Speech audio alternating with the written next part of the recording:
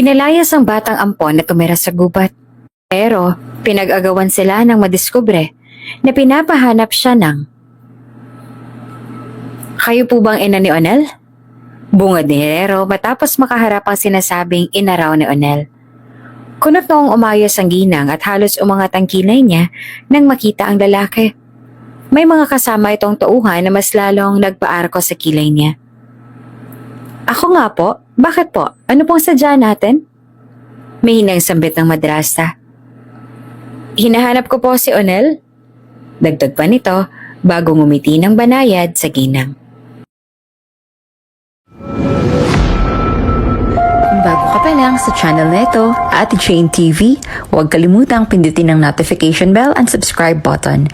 Sana po hindi naman malaking abala sa inyo ang pagpindot ng subscribe button dahil ang kapalit po nito ay ang pagsuporta para makapag-produce ng mga libreng stories sa mga channels ni Ate Jane. Maraming salamat!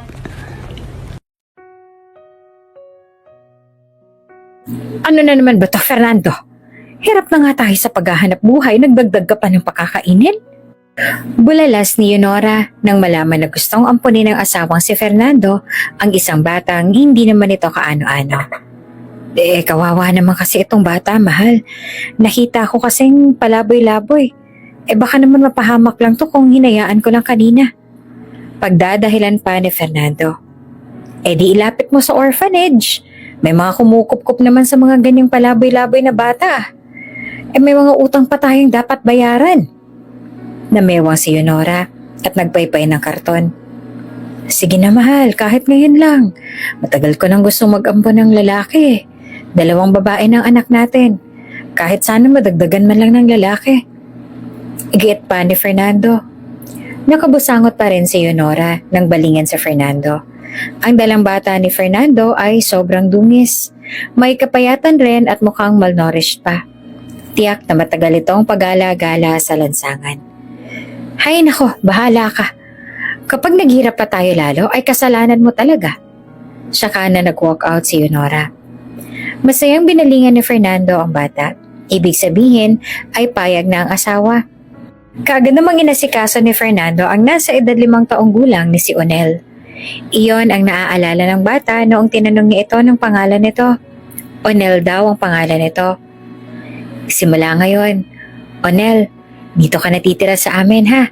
Ipapakilala kita sa 2 mong ate kapag natapos ka sa pagligo ngayon. Gusto mo ba yon? Excited na kwento ni Fernando sa bata. Nagtatrabaho bilang construction worker si Fernando. Hindi naman ganun kalaki ang sahod niya pero sapat na para makabili siya ng pagkain para sa pamilya. Ang nagpapahirap lamang sa kanila ay ang mga utang. Matapos mapaliguan ni Onel, ay kaagad na iniharap ni Fernando ang bata sa 2 anak. Sino siya, Papa? Bakit mo siya dinala dito? Nakakunot ang noon na tanong ng isa sa anak ni Fernando. Unang tingin pa lamang alam mo na agad na hindi gusto ng mga anak ni Fernando ang bata. Lata sa mga mukha ng mga ito. Ako po si Onel. Nahihiyang sabi ni Onel sa 2 magiging niyang ate. Napangiti naman si Fernando. O, diba? Mabait si Onel, huwag kayong mag-alala. Namewang si Kathleen at ngumuso. Ayoko sa kanya, Papa. Tsaka, hindi pa ba kami sapat ni Bernadette para kunin mo pa yung batang yan? Kathleen, ano ka ba? Huwag mo ang tawagin ng ganyan si Onel. Sabi ko sa'yo. Onel ang pangalan niya, kaya iyon ang itawag niyo sa kanya. Tsaka hayaan niyo nang tumira dito si Onel. Hindi masamang tumulong sa kapwa kapag may nangangailangan. At kailangan rin tayo ni Onel. Wala siyang mga magulang, hindi katulad ninyo. Kaya mahalin niyo siya bilang kapatid niyo. Simula ngayon. Pangaral ni Fernando sa 2 anak.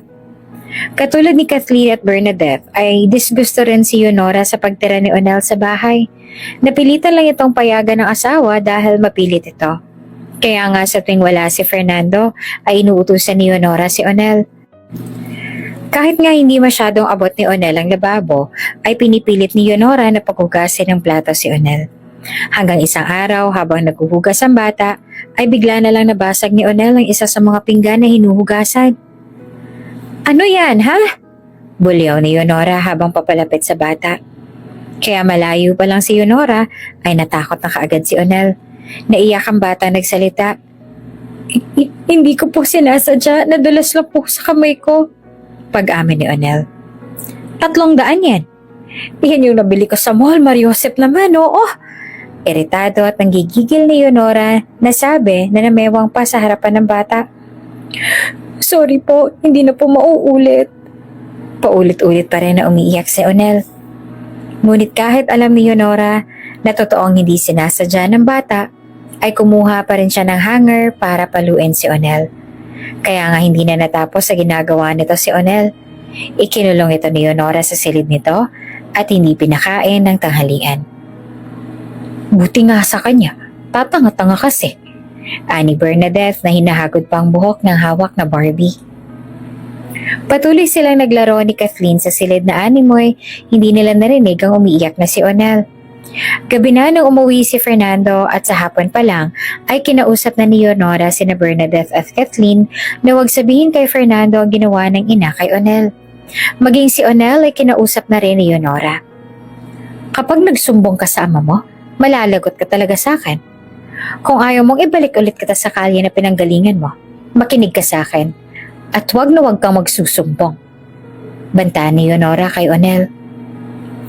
Napilitan namang tumango si Onel at takot na agad lumayo kay Yunora. Saka naman tila maamong tupa si Yunora nang umiti at sumalubong sa kararating na asawa. At kahit kagagaling lamang ni Onel sa pag-iyak, ay pinilit na lamang ng bata na ngumiti sa ama-amahan at nagmano. Magandang gabi po, Papa. Bati ni Onel kahit matamlay, ngunit may nakapaskil naman na tipid ng ngiti sa mga labi. Masaya namang nakita ni Fernando na maayos si Onel. Ang problema ay hindi alam ni Fernando ang totoong nangyayari sa bahay. Ang nakikita lamang ni Fernando ay ang mga ngiti ng bata na animoy ayos lang ito.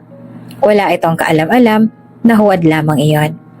Hanggang sa nag-edad 14 si Onel, mas lalo lamang dumami ang mga trabaho ni Onel. Pabigat iyon ang pabigat. Madalas ay kapag wala si Fernando ay inuutusan ni Yunora na mga lakal si Onel. Kapag kaunti lang ang kita ni Onel ay paggagalitan ni Yunora. Sa susunod, kapag 500 lang ulit ang kita mo, ipapakain ko tong mga barya sa'yo. Pagbabanta pa ni Yunora. Madalas yung kita ni Onel sa pangangalakal ay pinambibili lamang ni Yunora ng kung ano-anong damit sa online. Sa susunod kasi, huwag kukupad-kupad. Dagdagan mo lang kaya mong racket mo para mabili ko na rin yung bagong lipstick, okay? Singit naman ni Kathleen sabay tapik sa balikat ni Onel. Napabuntong hininga na lamang si Onel habang nakatingin sa ina at dalawang kapatid na abala sa sala. Kani-kanya ang mga ito sa pag-aayos ng sarili. Animoy may mga lakad parating mga ito. Wala siyang magagawa. Nakikitira kasi siya roon. Kaya kailangan niyang sundin kung ano man ang sabihin ng mga ito. Biyernes ng umaga, nagulat na lamang si Onel nang biglang kumatok sa silid niya ang ama. Nakangiti ang Papa Fernando niya nang mapabuksan niya ang pinto. Po? Aniya na nagtataka. Eto, Onel. Tapos ay biglang may inaabot na sobre ang ama. Nagtataka namang tinanggap ni Onel ang sobre. Ano po to? Kunot ng usisa niya. Naaalala mo? Ngayon ang petsa at buwan kung kailan kita kinuha noon sa kalye at inampot. Napaisip naman si Onel sa sinabi ng ama. Tama nga ito. Sakto ang petsa at buwan sa sinasabi nito.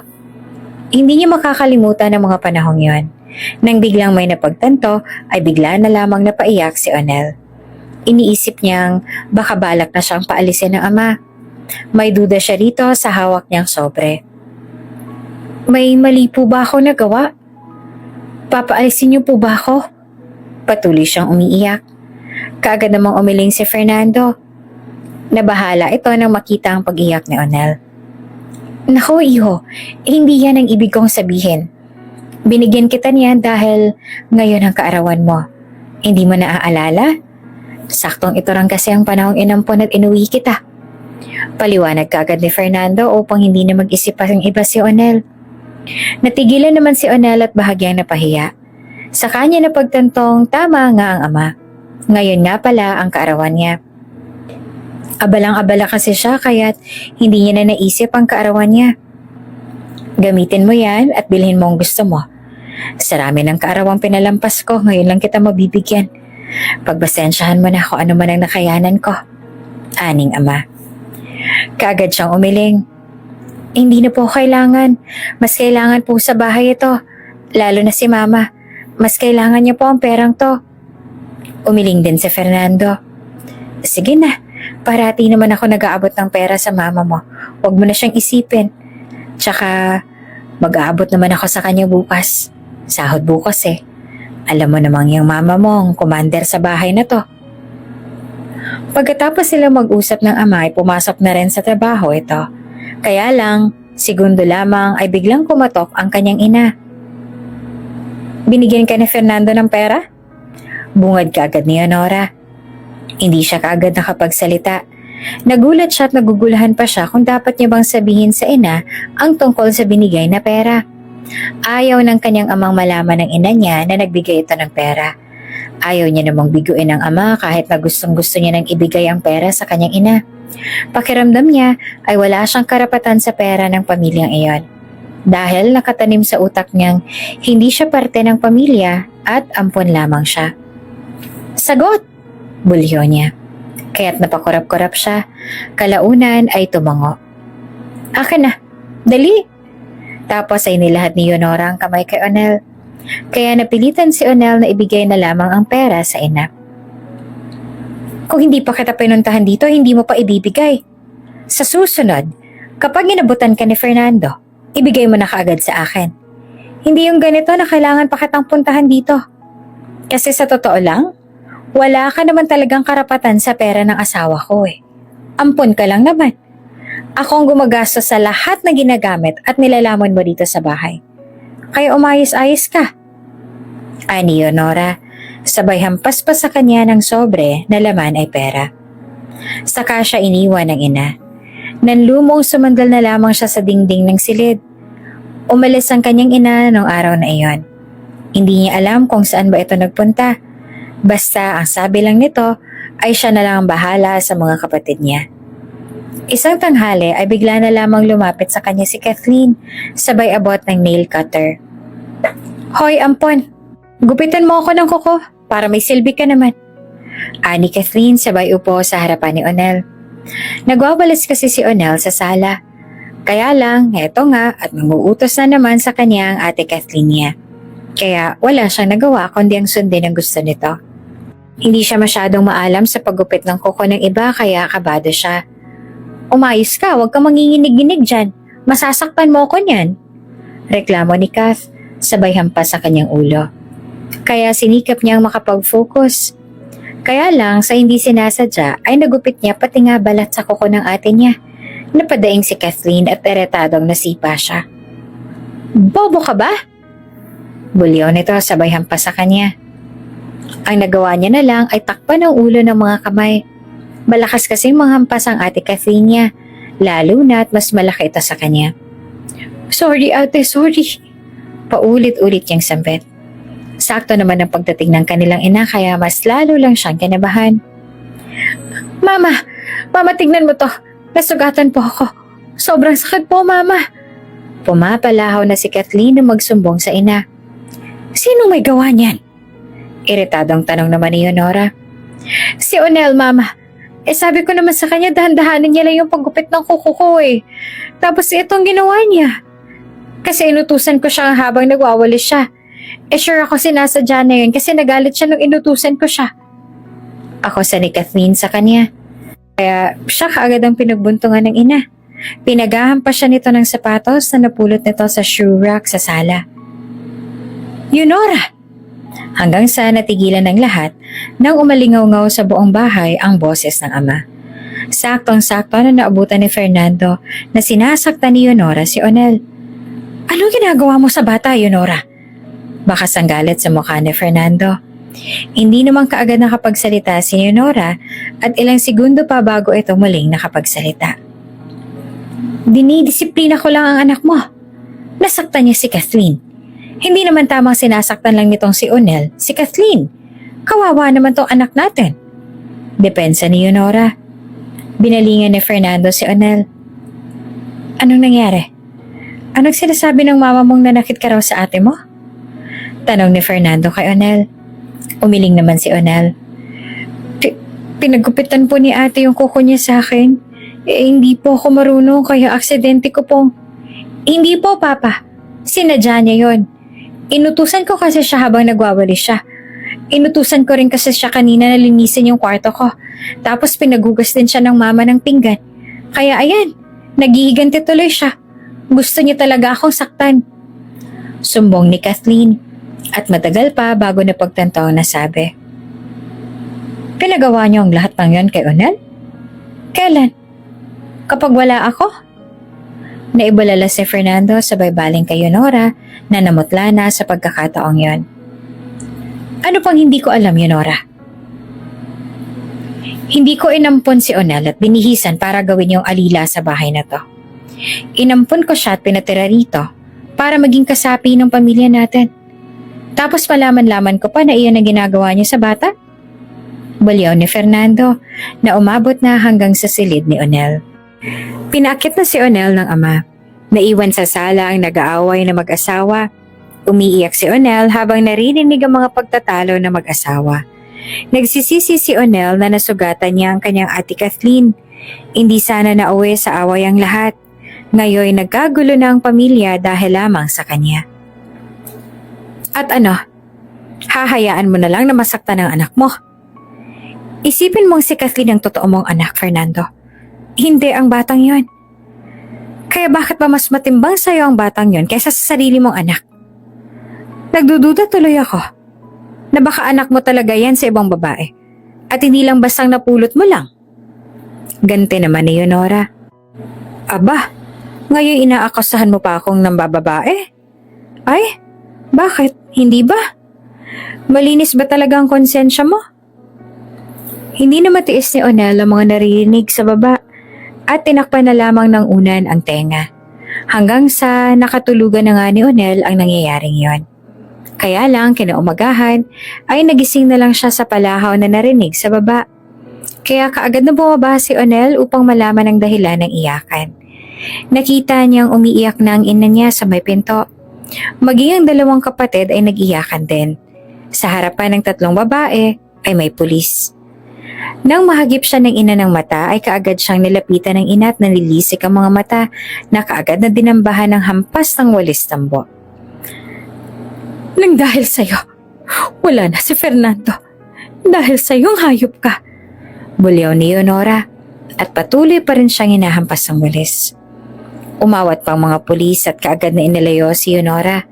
Natulala siya. Hindi niya lubos maisip na totoong narinig niyang wala na ang ama. Napuno naman ang katanungan ng isipan niya. Bakit? Papaano? Bakit parang kabilis naman yata ng pangyayari? Nalaman niya na lang na sagasaan na pala ang kanyang ama. Matapos mag-away ang dalawa kagabi ay umalis ang ama. Balak nitong matulog sa bahay ng isang kaibigan pero imbes na makarating doon ay hanggang sa kalsada lamang ito nang masagasaan ng isang umaharurot na boss. Dead on arrival ang ama niya at sa morgue na nila ito naabutan.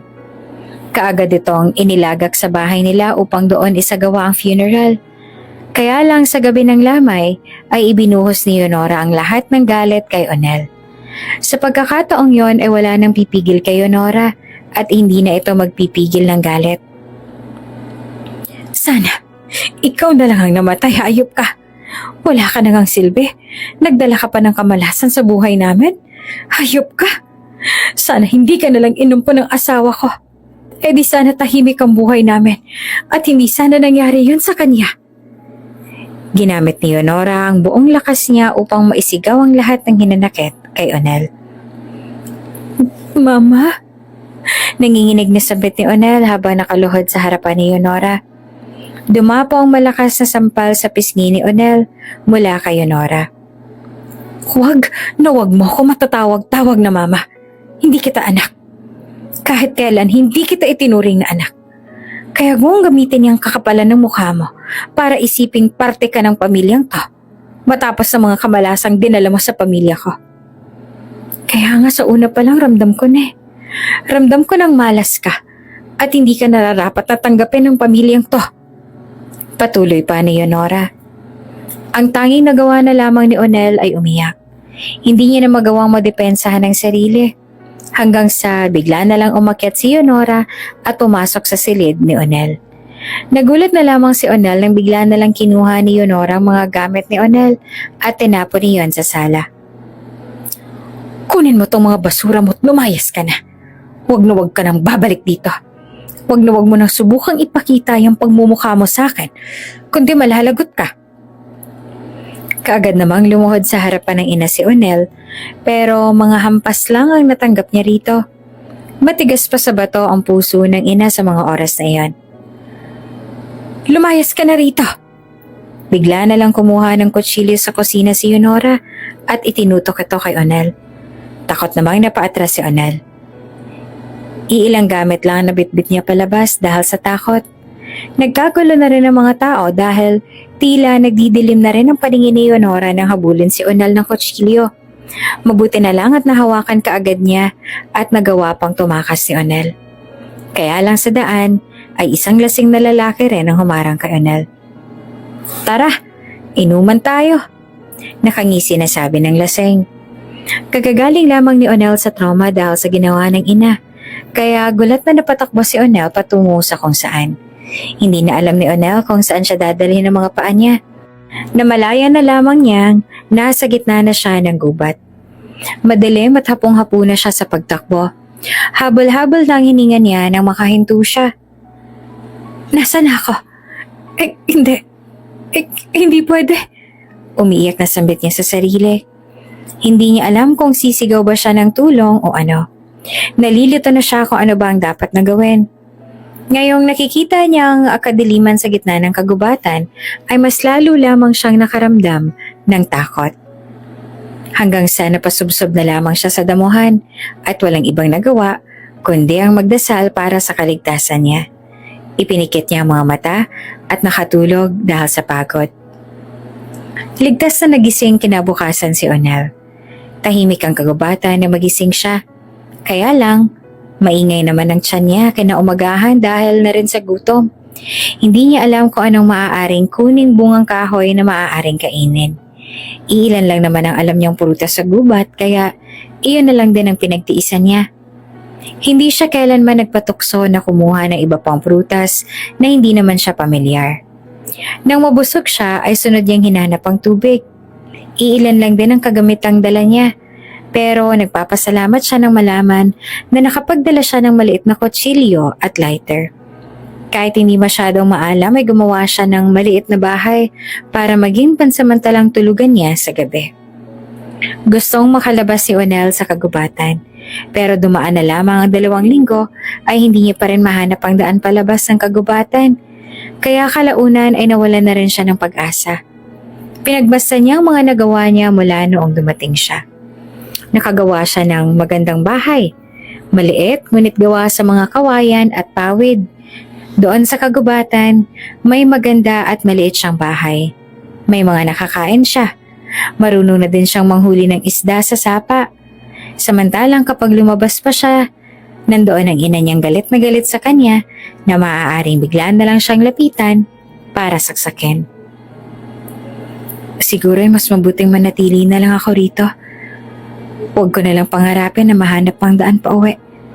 Wala na rin naman ako mauuwian. Wala na akong pamilya.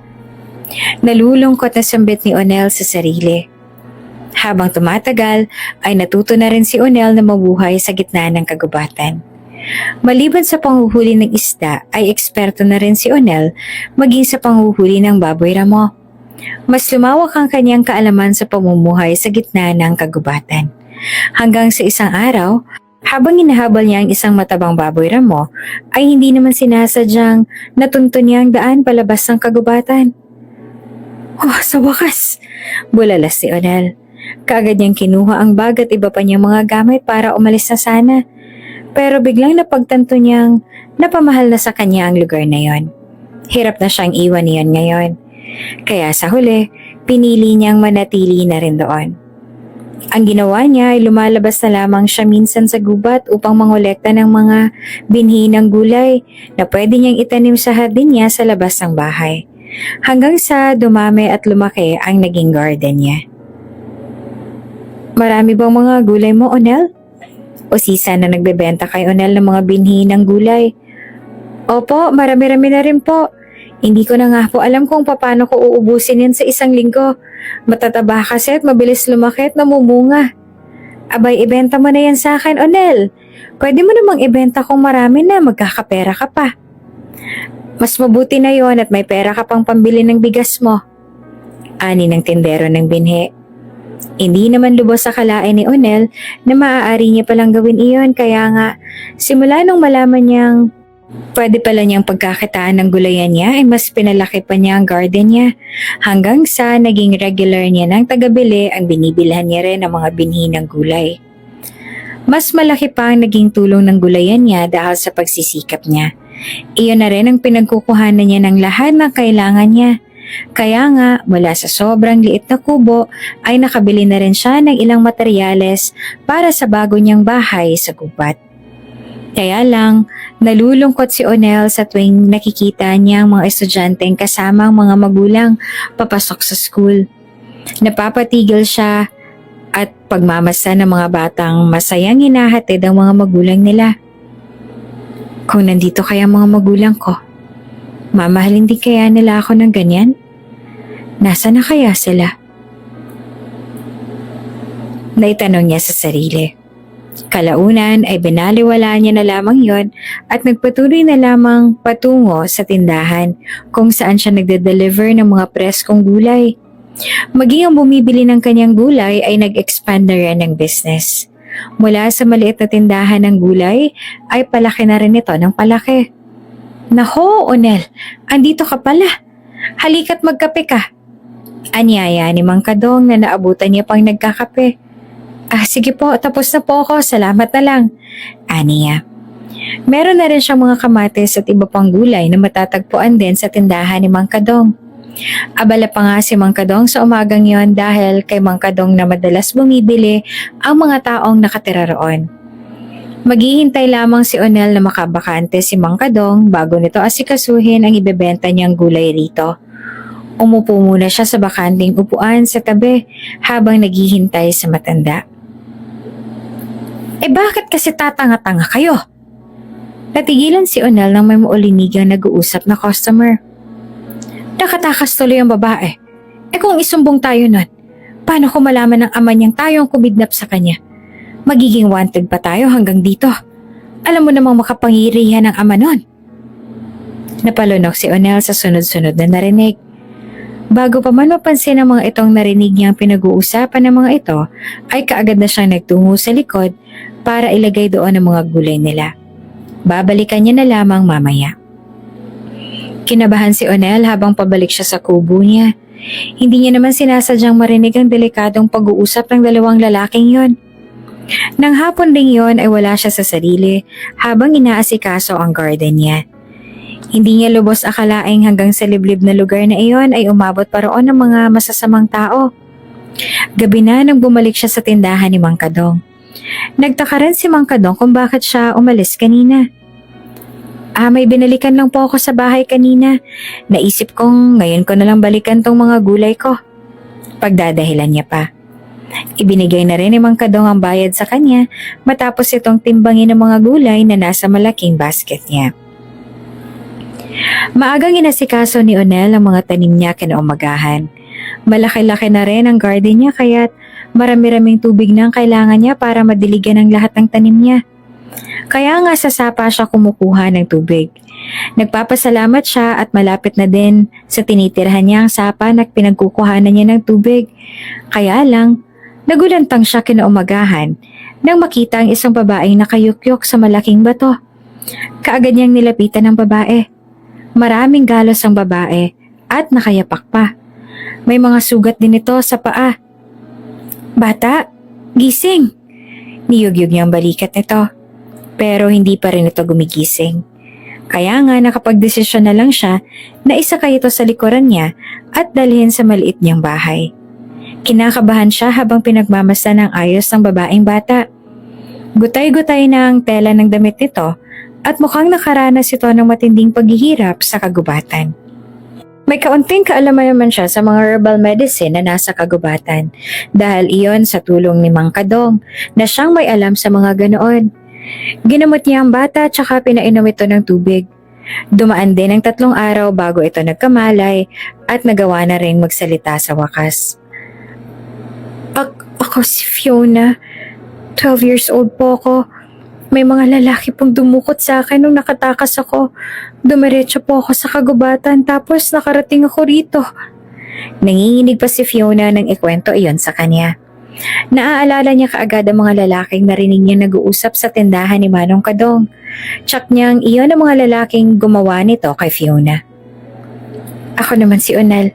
15 years old lang din. 1 taon na ako dito sa kagubatan. Mag-isa na lang ako nakatira sa gubat na to. Tsaka yung mga gulay sa labas, iyan ang hanap buhay ko. Mabuti na lang at dito ka napunta. Niya sa babae.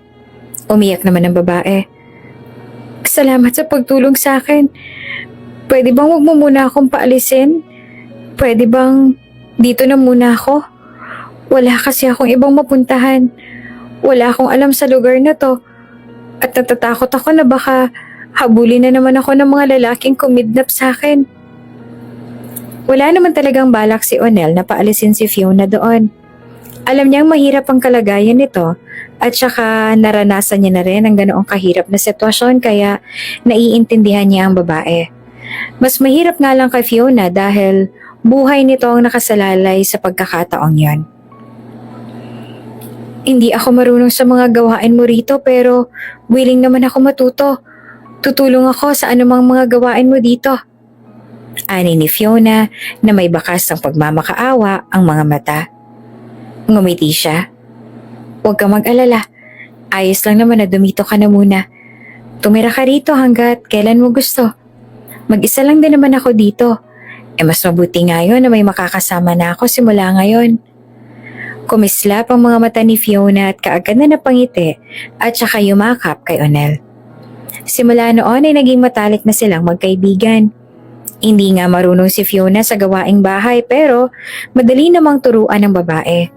Masipag ang babae at kahit na alam niyang pagod na ito ay hindi siya nito hinahayaang magtrabahong mag-isa. Hayaan mo na ako, Fiona. Sa bahay ka na. Mainit ngayon, tsaka mabilis kang magkasinat kaya pumasok ka na sa bahay. Taboy niya rito dahil matigas ang ulo nito. Kaya nga kailangan ko pong ma-immune para po hindi naman po ako parating nasa loob lang ng bahay. Wala po ako magagawa roon, maiinip lang ako. Pagdadahilan pa ni Fiona. Napailing na lang rin si Onel. Talagang mas matigas pa sa bato ang ulo ni Fiona. Hindi niya ito makuha sa simpleng pagtataboy lang. Kung hindi siya tutungo sa bahay, ay hindi rin talaga ito uuwi. Dumaan ang ilang linggo ay unti-unti na ring natuto si Fiona sa mga gawain. Sa tuwing tutungo si Onel sa bayan para mag-deliver ng mga gulay, ay nasa bahay lang din si Fiona. Isarado mong mga pinto at wag na wag kang sasagot kapag may nagpunta rito. Kailangan nilang isipin na walang tao dito. Delikado, kaya mag-ingat tayo. Paalala niya kay Fiona bago siya umalis. Opo, at saka mag-ingat ka rin po sa daan. Balik ka agad Nakangiting tugon naman ni Fiona. Napangiti naman siya at nakaramdam ng gaan sa pakiramdam. Oo, mag-iingat ako. Huwag kang mag-alala. Uuwi ka agad ako. Kumaway pa si Fiona nang palayo na siya. Sa totoo lang ay nag-aalala talaga si Onel sa tuwing iiwan niya si Fiona na mag-isa sa bahay. Kapag lumuluwas siya ay nahahati ang isipan niya. Pakiramdam niya ay gustong-gusto niya na kaagad umuwi. Nagmamadali ka yata, Onel, may problema ba? Nitong mga nakaraang araw ay tila hindi ka na masyadong tumatambay dito sa tindahan ko para magkape Hindi na tayo nakakapag-usap. Reklamo ng matandang si Manong Kadong. Kapag kasi dumarating si Onel sa tindahan ay umaalis din kaagad ito. Hindi katulad noon na tatambay pa ng ilang oras ang binatilyo bago umuwi. May mga magnanakaw na rin po kasi ng gulay ko. Baka po manakawan na naman ako Palusot niya. Namilog ang mga mata ng matanda. Nako, sino ba yan at ang ma-report natin sa barangay? Agad siyang umiling. Hindi ko pa po alam, pero kapag nahuli ko, susumbong ko po sa inyo. Nakabalik din kaagad si Onel matapos iyon. Mga bandang hapon pa siya nakabalik sa bahay niya. At gaya ng inaasahan, nasa loob lamang si Fiona at nagkukulong. Kaya lang, nagulat siya nang may nakasalubong siyang mga lalaking nakaitim na tingin niya ay galing sa bahay niya. Totoy, dyan ka ba nakatira? Ani ng lalaki sabay turo sa bahay niya. Opo, bakit po? Mag-isa ka lang? Ani to. Tumango siya. May nakita ka pang babae na ganitong itsura? Ani ng lalaki, sabay pakita ng picture na dala. Namilog ang mga mata niya nang makilala kung sino ang nasa picture. Si Fiona iyon. Kinabahan kaagad siya. Natahimik ka, kilala mo ba siya? Usisa ng lalaki. Kaagad naman siyang umiling. Sinulyapan niya ang ibang kasama nito sa likod. Nakita niya may mga baril ito sa tagiliran. Hayagan nitong ipinakita sa kanya ang mga armas ito. Sigurado ka? Ulit pa nito. Pinagpawisan siya ng sobrang lamig dahil sa nakikitang armas. Kaunting mali niya lamang ay tiyak siyang pati siya ay malilintikan. Kung ganon, kapag nakita mo ang babaeng to na pag-gala-gala sa kagubatan, sabihan mo kaagad kami. Mag-iiwan ako ng numero at timbrehan mo kaagad kami. Baka may pabuya pa kaming maibigay sa'yo kapag naituro mo sa amin ang hinahanap namin. Ani ng lalaki at saka ngumisi. Binigay sa kanya ang isang calling card. Nanginginig pa ang tuhod niya nang lampasan siya ng mga armadong lalaki. Halos hindi niya magawang hawakan ang hawakan ng pinto at buksan niyon. Nandito ka na. Kanina may mga lalaking panaytawag sa labas. Namukhaan kong isa sa kanila. Takot na sumbong ni Fiona. Aalis tayo rito. Ani ang kalaunan. Kaagad na umiling si Fiona sa sinabi ni Onel. Pero, nandito ang bahay mo. Nandito ang hanap buhay mo. Nandito ang lahat ng mga kailangan mo. Hindi naman na pwedeng iwan mo to dahil lang sa akin. Kung kailangan kong umalis, aalis ako. Pero delikado, Fiona. Putol ni Onel sa mga sinabi ni Fiona. Hindi mo alam kung anong klaseng tao ang mga yon. Nakita ko kung gaanong kadelikado ang mga taong naghahanap sa'yo. Buhay mo ang nakataya kapag lumabas ka sa bahay na to na mag-isa. Hindi ko rin hahayaan yon. Kaya mas mabuting magkasama tayong umalis dito. Umiyak si Fiona. Pero nandito ang bahay mo. Umiling siya. Ayos lang. Maraming mga alaala ang bahay na to. At mahirap kang iwan. Pero matagal na rin ako nakakulong sa kagubatang to. Patahon na rin para iwan ko ito ngayon at harapin ang mas malaking mundo sa labas ng kagubatang ito. Napatango-tango si Fiona kalaunan. Tsaka sila sabay na nagbalot ng mga gamit. Dinala nila ang iilang gamit na kakailanganin nila. May maliit naman na perang naipon si Onel sa isang taon niyang pagtira sa kagubatang yon. Isa sa mamimiss ni Onel ay si Manong Adong, na tila nagsilbi niya ng ama simula nung tumira siya sa kagubatan. Isang malalim na paghinga ang binitawan ni Onel nang balingan niya ang dating tinitirhan nito. Ngayoy, iiwan niya na iyon at haharap na naman siya sa bagong lugar at makikipagsapalaran na naman. Tara na, aniya kay Fiona at hinawakan sa kamay si Fiona. Sumakay sila sa bus.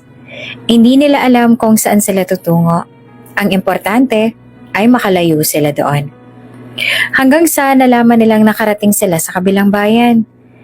Hindi tulad sa pinanggalingan nila ay mas abala at moderno ang bayan na napuntahan nila. Nakakapanibago para kay Onel pero kailangan niyang tapangan ng sarili para makasurvive silang dalawa ni Fiona. Mag-a-apply akong tagahugas doon, Fiona. Tinuro ni Onel ang isang karinderya na abala ng mga customers. Tumango naman si Fiona. Ako rin, gusto ko rin magtrabaho dyan. Napalingon naman si Onel kay Fiona. Sabi ko ako lang, hindi ka dapat kasama. Aniya. Wala rin naman akong gagawin. Mas maganda kung magkasama na lang tayo, tsaka tinuruan mo rin ako magugas ng pinggan kaya marunong na ako. Namewang pa si Fiona. Halatang determinado ito sa desisyon nito. Tsak niyang wala naman siyang magagawa sa naging desisyon ni Fiona. Kaya sa huli, napapailing na lang si Onel. Pareho pa kayong mga underage. Nasaan ba kasi ang mga magulang ninyo? Ani ng may-ari nang malaman na 12 at 15 pa lamang silang dalawa.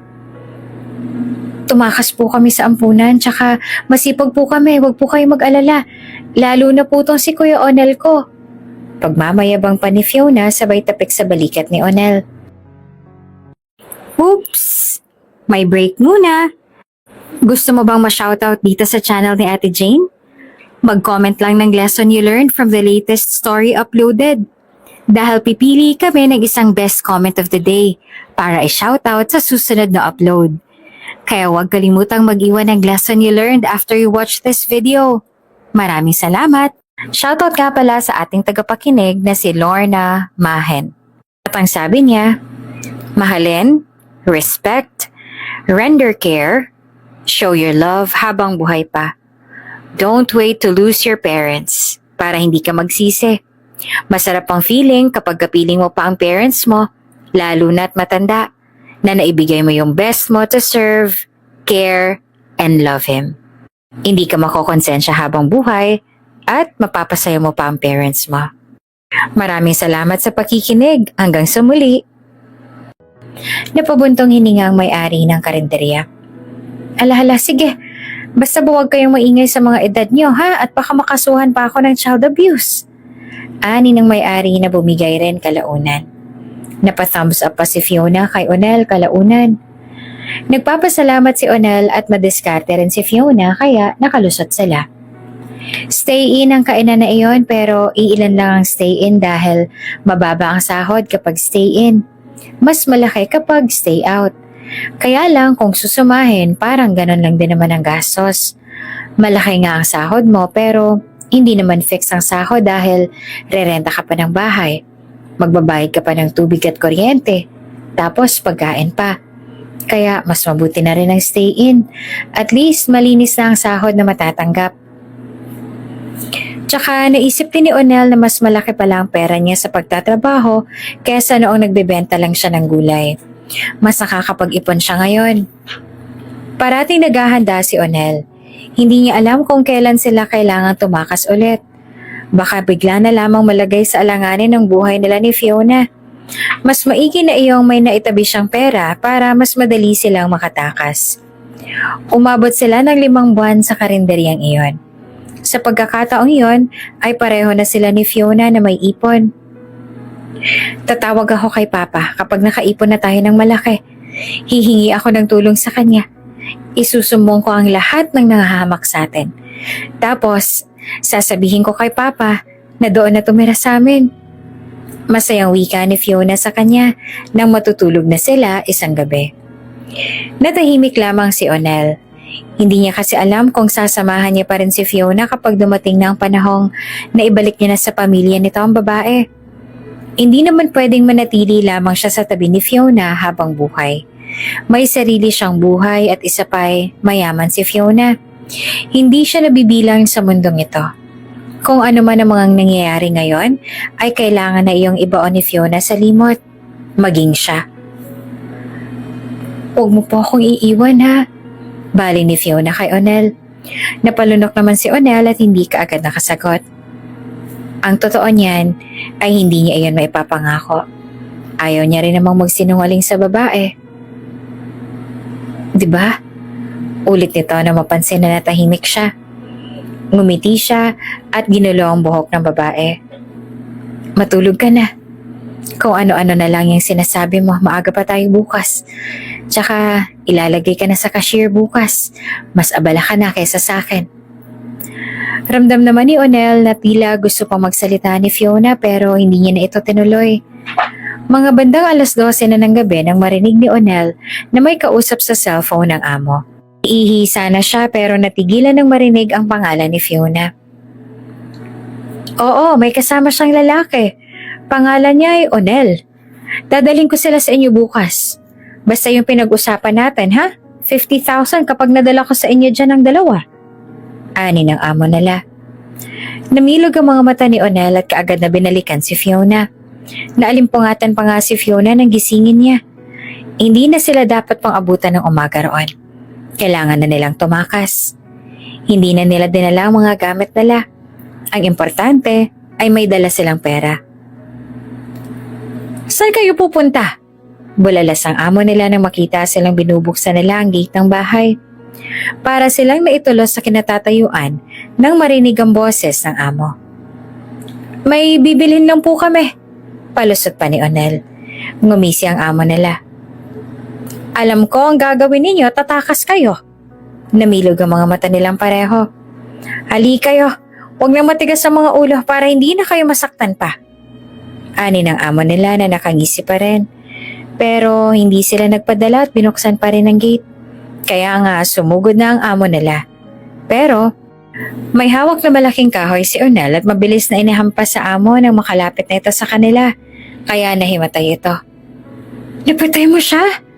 Nahintakutan na bulalas ni Fiona. Umiling siya. Nahimatay lang siya. Gigising yan, mamaya. Kaya kaagad silang lumabas bago pa magising ang among lalaki. Naglakad sila hanggang sa highway at naghanap kaagad ng masasakyan. Kabado at pareho silang hindi nila alam kung saan sila tutungo sa pagkakataong iyon. Umasa silang tatagal sila sa kainan na iyon pero nagkamali sila. Kailangan din pala nilang iwan iyon. Kung hindi lang sana naging kagahaman sa pera ang amo nila. Kailangan na nating tawagan ng private number ng ama ko. Masyado nang delikado ang sitwasyon natin. Wika ni Fiona. Sumang-ayon siya sa sinabi ng babae. Hindi na nila kakayanin ang susunod na pagtakas dahil baka hindi na rin kakasya ang perang hawak nila. Hindi naman pwedeng habang buhay na lang silang nagtatago na animoy sila pa itong may kasalanan. Kaya nga sinamahan niya si Fiona na tawagan ng ama nito. Sa isang payphone sila nagtungo. Nasaan ang daddy ko? Ani Fiona na tila maiyak-iyak na. Gusto ko pong makausap ang daddy ko. Nakinig si Fiona sa sinabi ng nasa kabilang linya. Ilang saglit pa ito bago ito nagsalita. Ganun po ba? Sige po. Ani ni Fiona tumangu-tango. Tsaka sinabi ng babae ang address kung saan sila ngayon. Tauhan ni daddy yung nakausap ko. Abala daw si daddy sa paghahanap sa akin. Tsaka kung aabot kay daddy ang tungkol sa akin, malalaman niya nang ligtas ako. Ani ni Fiona na may magaang ngiti nang nakapaskil sa mukha. Mabuti naman kung ganun. Ani na masaya rin para sa kaibigan. Ilang minuto lamang ang pinadaan at dumating na ang mga tauhan ng ama. Kaagad na sumalubong ang mga ito kay Fiona at binalingan siya ni Fiona. Alika na. Yaya ni Fiona sa kanya. Ma'am, kayo lang pong isasama namin. Hindi po tayo pwedeng magsama ng iba. Natigilan si Onel nang marinig iyon mula sa tauhan ng ama ni Fiona. Kumunot naman ang noon ni Fiona. Bakit hindi? Ako nagsasabing pwede siyang isama. Kaya pwede ko siyang isama. Hindi magagalit si daddy kapag ako nagsabi. Giit ni Fiona. Pero imbis na magpaliwanag, ay hinawakan ng tauhan ng ama ni Fiona si Fiona para sa pilitang ipasok sa kotse. Binalingan pa siya ng tauhan na may kakaibang tingin sa kanya, saka pumasok sa sasakyan. Bigla namang nakaramdam ng kakaibang kaba sa dibdib ni Onel. Hindi siya mapakali kaya kaagad niyang pinara ang taxi na nakita niya. Hindi na bale kung mahal ang mabayaran niya. Ang importante ay masundan niya kaagad ang sasakyan na sinakyan ni Fiona. Namilog ang mga mata niya nang sa pagsunod niya ay umabot sila sa isang liblib na lugar. Sa isang abandonadong hospital dinala si Fiona. Nakita niya pang nagpupumiglas si Fiona nang mailabas ang kotse. Binayaran niya ang taxi at bumaba. Saka siya nagmanman sa paligid. Sinisiguro niyang walang ibang taong makakakita sa kanya bago siya pumasok sa building. Natigilan lamang siya sa mismong bungad nang makita may mga tauhang nakabantay roon. Mabuti naman at nakuha na rin ulit nilang batang yon. Tiba-tiba na naman tayo ngayon. Buti na lang at nagtatrabaho si Gistoni sa ama ng batang yon. Kung ganon, ay tauhan lang din mismo ng ama ni Fiona ang may pakana ng lahat ng yon. Akala nila'y mapagkakatiwalaan pero siya palang magpapahama kay Fiona. May mga traidor sa tauhan ng ama ni Fiona. Natatakot siyang baka saktan ng mga ito ang dalaga kaya agad siyang kumilos para mahanap ang kinaroroonan ni Fiona. Sa ibang lagusan siya dumaan. Malaki ang ospital. Maraming daanan kaya hindi siya nahirapang makapasok. At naabutan nga niya si Fiona sa isang madilim na lumang silid. Nakatabo ng mga mata at may tali ang mga kamay at paa. Nagtagis ang bagang ni Onel sa nakita. Talagang trenato ng mga itong parang aso si Fiona. Kaagad niyang nilapitan si Fiona at tinanggal ang takip sa mga mata. Umiiyak pa ang dalaga nang magtama ang mga mata nilang dalawa. Onel, nanginginig nitong sambit. Kaagad niyang niyakap ang babae. Tatakas tayo rito. Huwag ka mag-alala. Makakalabas tayo. At kapag nakalabas tayo, didiretso tayo sa ama mo. Nagtraidor ang isa sa mga tauhan ninyo. Traidor niya kayo. Kayo ng ama mo. Hindi sila mapagkakatiwalaan. Malaking pagkakamali na tinawagan pa natin sila. Aniya habang kinalagang tali sa kamay ni Fiona. Oo, hindi na tayo tatawag. Lumayo tayo kaagad. Nanginginig na sabit naman ni Fiona. Tumangu-tangu siya at pinahid ang luha sa pisngi ni Fiona. Niyakap niya ulit ito dahil namumutla na ito at tila wala pa rin sa sarili. Marami ng trauma ang pinagdaanan ng babae kaya naman dapat na iyong matapos na. Tara na. Magbadali tayo bago pa tayo makita ng mga... Hindi na natapos si Onel ang sasabihin nang bigla na lang maramdaman ni Onel ang malamig na dulo ng barel sa sentido niya. Talaga ba? Makakatakas kayo? Paano? Lalabas sa putok ang bungo niyo. Natatawang sabi ng tauhan na may hawak ng barel at nakatutok ito kay Onel. Huwag yung gawin yan. Please, maawa po kayo. Halos maglumpasay na sa sahig si Fiona habang nagmamakaawa. Hindi na rin nakakilos si Onel. Isang maling galaw lang ay tsak niyang hindi lang siya ang mapapahamak dito. Maging si Fiona nagtagis ang bagang niya at kumuyom ang kamao. Nairita si Onel sa sarili. Bakit wala siyang ibang magawa para makalaban? Tayo! Bulyo ng lalaki habang hindi pa rin siya nilulubayan ng baril nito. Labag man sa kalooban ay tumayo siya at sinunod ang gusto ng lalaki. Napaubo na lamang siya nang bigla na lang siyang sinikmuraan ng lalaki. Please wag niyo po siyang sasaktan, maawa po kayo, please. Iyak ng iyak si Fiona. Tila gusto pang gumapang para malapitan siya. Duguan na si Onel habang nakaupo sa single chair. Nagpapasalamat siya at wala doon ngayon si Fiona. Hindi pinakita ng mga ito kay Fiona kung anong ginawa sa kanya. Hindi na maramdaman ni Onel ang mga sugat niya sa katawan. Namamanhid na ang buo niyang katawan.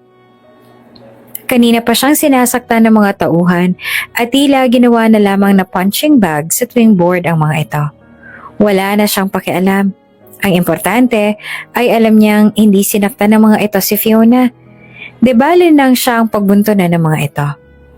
Sa kabilang banda naman ay umiiyak si Fiona at nag-aalala na kay Onel.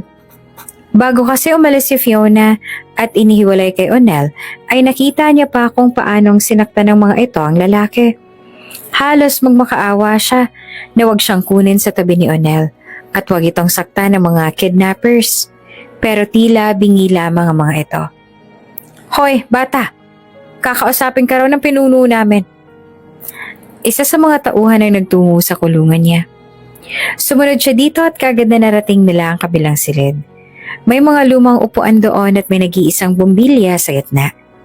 Isang lalaki na mga nasa edad 30 anyos ang nakaupo sa kabilang upuan. Ang kasamahan nito may hawak na kamera. Eneng, dito ka maupo. Sinenyasan siya noong pinuno na maupo sa upuan nasa harapan nito. Mariin ang titig niya sa pinuno ng mga ito. Hindi niya makakalimutan ang mukha ng lalaking ito.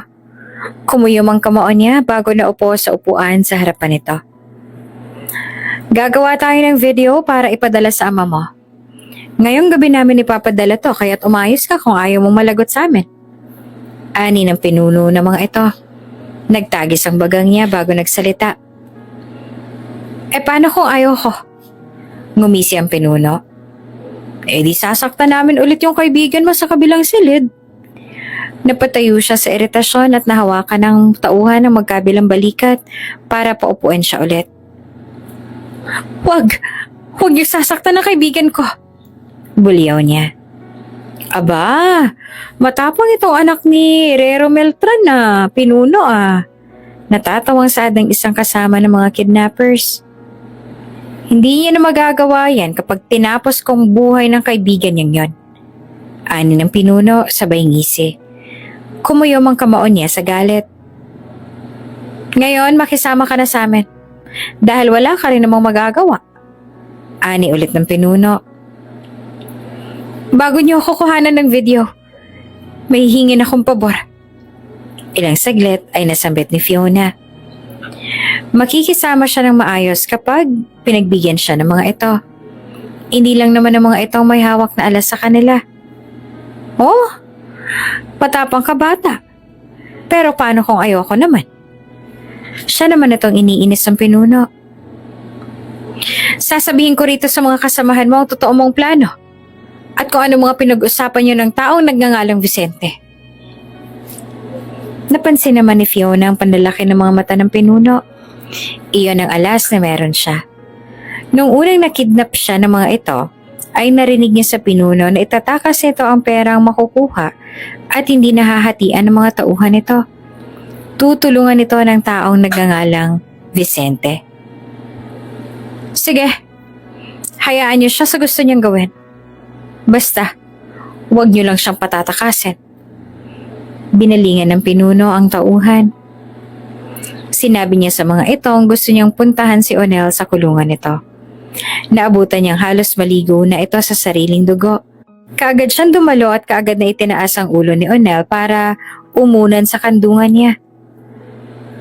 Gamutin niyo siya! Ano pang hinihintay niyo? Buliyaw niya sa mga tauhan. Ginawa ng mga ito ang gusto niya at ginamot nga si Onel. Medyo okay na ito nung iwan niya para bumalik sa silid kung saan naman kailangan niyang makaharap ang pinuno. Pagkatapos ko rito, hayaan niyo akong bumalik sa silid ni Onel. Babalik ako sa silid ko kapag nagkamalay na siya. Aniya. Iritadong nakatitig na ngayon sa kanyang pinuno. Ang dami mo naman yatang hinihinging pabor. Nagtagis ang bagang niya, tiningnan ng mga mukha ng mga tauhan nito. Okay, sige. Total hindi naman alam nito mga tauhan mo ang, sige, gawin mo ang gusto mo. Iritadong putol nito sa sasabihin niya. Ginawa na nila ang video. Binigyan siya ng script at iyon ang binasa habang piniplay ang camera. Humingi ang mga ito ng halagang 500,000 kapalit ng buhay niya.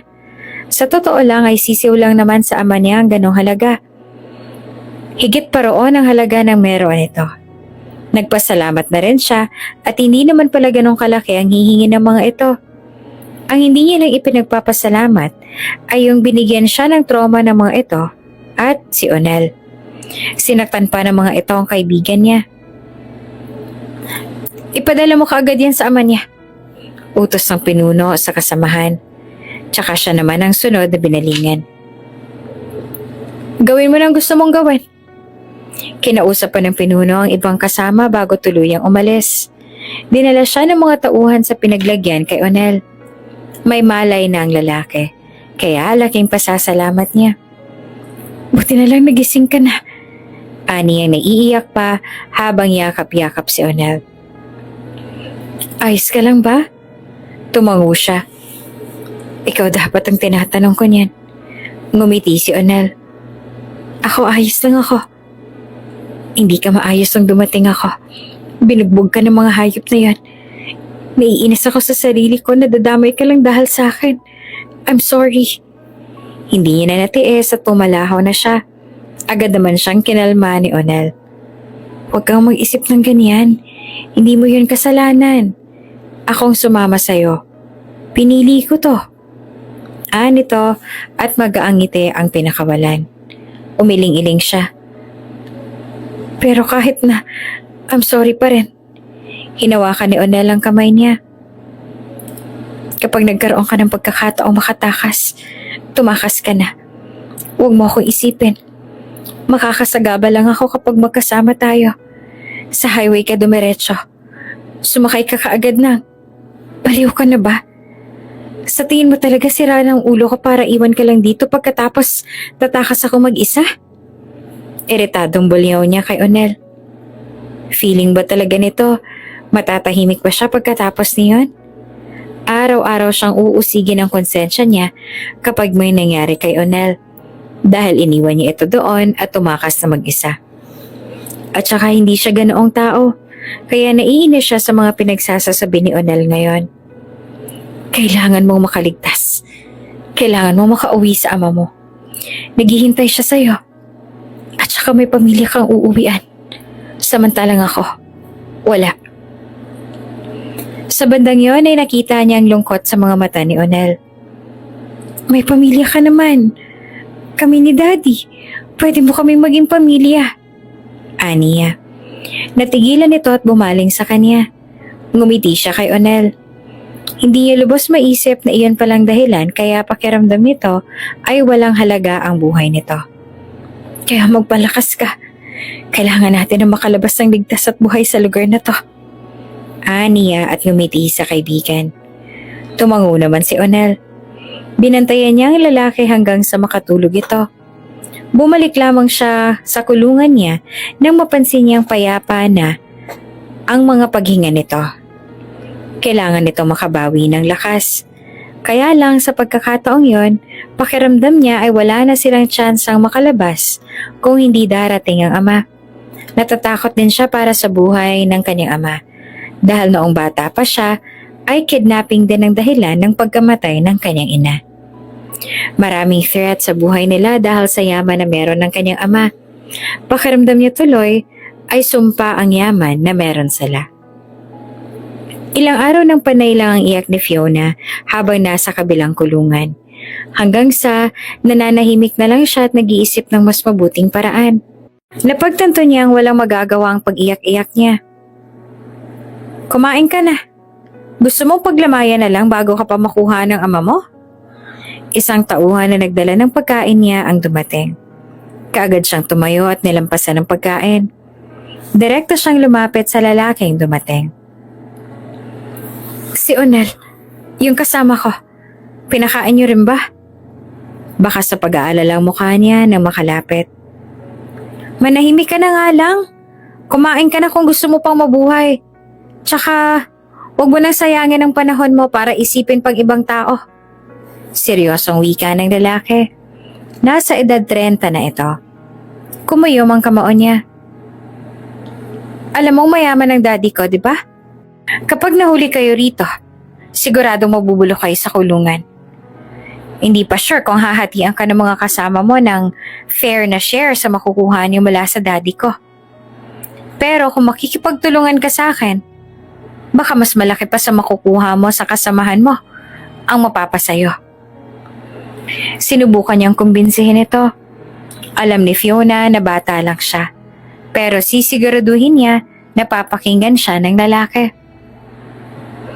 Hindi masyadong malaki ang perang hinihingi ng mga kasama mo sa daddy ko. Sa tingin mo, malaki pa rin bang makukuha mo kapag naghati na kayo? Oo, bata lang ako. Pero anak ako ni Rero Meltran. Hindi pa ba umabot sa'yo ang balitang may hawak akong 5.6 million sa edad kong to? Patuloy niya. Bakas ang iritasyon sa mukha ng tauhan.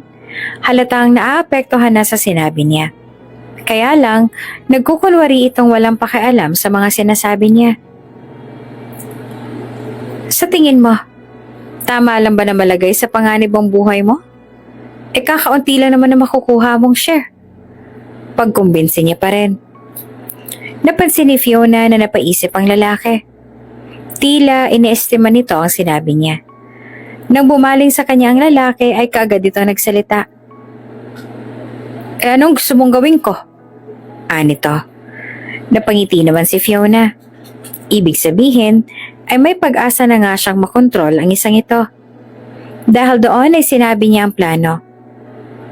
Mga bandang 12:00 ng gabi ay binuksan ng kasamahan ng mga kidnappers na nagngangalang Buboy ang kulungan niya.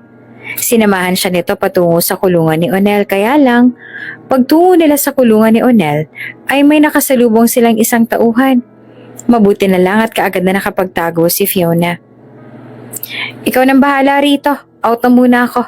Idlip lang saglit. Paalam ng kasamahan ni Buboy. Saktong-sakto at si Buboy na lang pala mag-isa. Kaya nga, nang makalampas ang isa sa tauhan ay kaagad silang nagpatuloy sa kulungan. Onel, andito na ako. Aalis na tayo. Sinikap ni Fiona na hinaan ang boses niya. Hindi na halos maibuka ni Onel ang kabilang mata at nangihina pa. Dahil nagamot na ito kaya't nakabawi na ito ng kaunti sa lakas. Kaya lang ay nangihina pa rin talaga. Kung magkaroon ka man ng pag-asa makatakas, tumakas ka na. Huwag mo na akong alalahanin. Mahihirapan ka lang. Ani Onel, nagawa pa talaga magsalita nito sa kabila ng panghihina. Umiling ka agad siya. Huwag ka magsalita ng ganyan. Sasama ka sa akin. Aalis tayo. Pagkatapos ay tinulungan niya si Onel na makatayo. Kinalagan niya rin ang tali ng mga kamay nito. Matapos nito makawala, ay hindi na sila nagsayang ng oras at kaagad nang lumabas ng kulungan. Nasalubong nila si Buboy. Sa likod kayo dumaan. Walang bantay doon. Anito. Kaya nga doon sila nagtungo kaagad. Sakto naman at kagubatan ang likuran ng iyon. Mabilis sa mga kilos nila habang papasok ng kagubatan. Medyo nakalayo na sila nang may nagpaputok sa unahan. Nakatakas sa mga bihag! Sigaw ng mga nasa loob ng ospital. Kaya nga kaagad na mas binilisan ni Onel at Fiona ang kilos. Panay ang daing ni Onel ngunit sinisikap na maglakad ng maayos para hindi maging sagabal kay Fiona. Nasa gitna na sila ng kagubatan nang bigla na lamang tinamaan ng bala ang binti ni Onel. Napaluhod si Onel at tila hindi naramdam ang mga binti. Onel? Napaiyak na si Fiona. Umalis ka na. Ayos lang. Tumakbo ka na. Huwag mo na akong lingunin. Ani ni Onel na halos itulak na siya para makaalis. Pero isang malaking iling ang itinugon ni Fiona kay Onel. Hindi mo ako sinukuan nung naghihingalo ako. Kaya huwag kang umasang susukuan din kita. Magkaibigan tayo, ano ka ba? Eretadong bulalas ni Fiona. Kapwa nag-iyakan na lang sila at nagtago sa mga natumbang puno. Pikit mata nilang hinintay ang katapusan nila. Pakiramdam nila ay iyon na ang huling beses na magkakasama sila. Ayaw nilang marinig na parati na lang siyang tinataboy ni Onel na animoy walang saysay dito ang buhay nito. Heto nga siya at lumalaban. Tapos maririnig niya ditong handa nitong isuko ang buhay para sa kanya. Hindi siya papayag. Pakiramdam nila malapit ng mga tauhan. Kapag nakita sila ay tiyak na lagot sila. Tumakbo ka na, Fiona. Nanginginig na sinabi naman ni Onel. Umiling siya. Hindi sabi. Tinulungan ni Fiona na makatayo si Onel. Kahit ilang beses niyang itinaboy ito, ay sinikap niya pa rin na makaalis sila. Nagdurugo ang binti ni Onel. Naiiyak naman siya tuwing tiningnan iyon. Malakas ang pagkabulwak ng dugo mula roon. Kaya't mas lalong namutla at nanghina si Onel. Kinakabahan at natataranta na siya. Gusto niya iyong takpan habang tumatakbo pero hindi niya magawa. Ang tigas talaga ng ulo mo. Ani Onel habang sinisika pa rin na makalakad kahit nasugatan na. Pakiramdam niya tuloy ay siyang nagpapahirap dito. Pero sa isipan niya, kung may mangyari man kay Onel, mas mabuti pang kasama na rin siyang mawala nito. Binalingan nila ang likuran. Nakikita niyang palapit ng mga kidnappers, mahahabol sila ng mga ito. Iwan mo na ako, Fiona. Saga pa lang ako. Hindi niya na pinakinggan ang anumang pinagsasabi ni Onel. Naiirita lang siya rito. Kaagad niyang hinila si Onel sa tabi niya. Sa isang tumbang puno niya ito'y kinubli. Kumuha siya ng mga tuyong dahon at itinambak kay Onel. Iniisip nitong tatakas na siyang mag-isa kaya't nakikita niyang naghahanda na rin ito. "Diyan ka lang," aniya, siya tumakbo palayo. Siya ang kailangan ng mga to at siya ang dahilan kaya't nangyayari iyon ngayon kay Onel. Payo siya sa pwesto matatanaw siya ng mga kidnappers at bigla na lang kumaway. "Nandito ako!"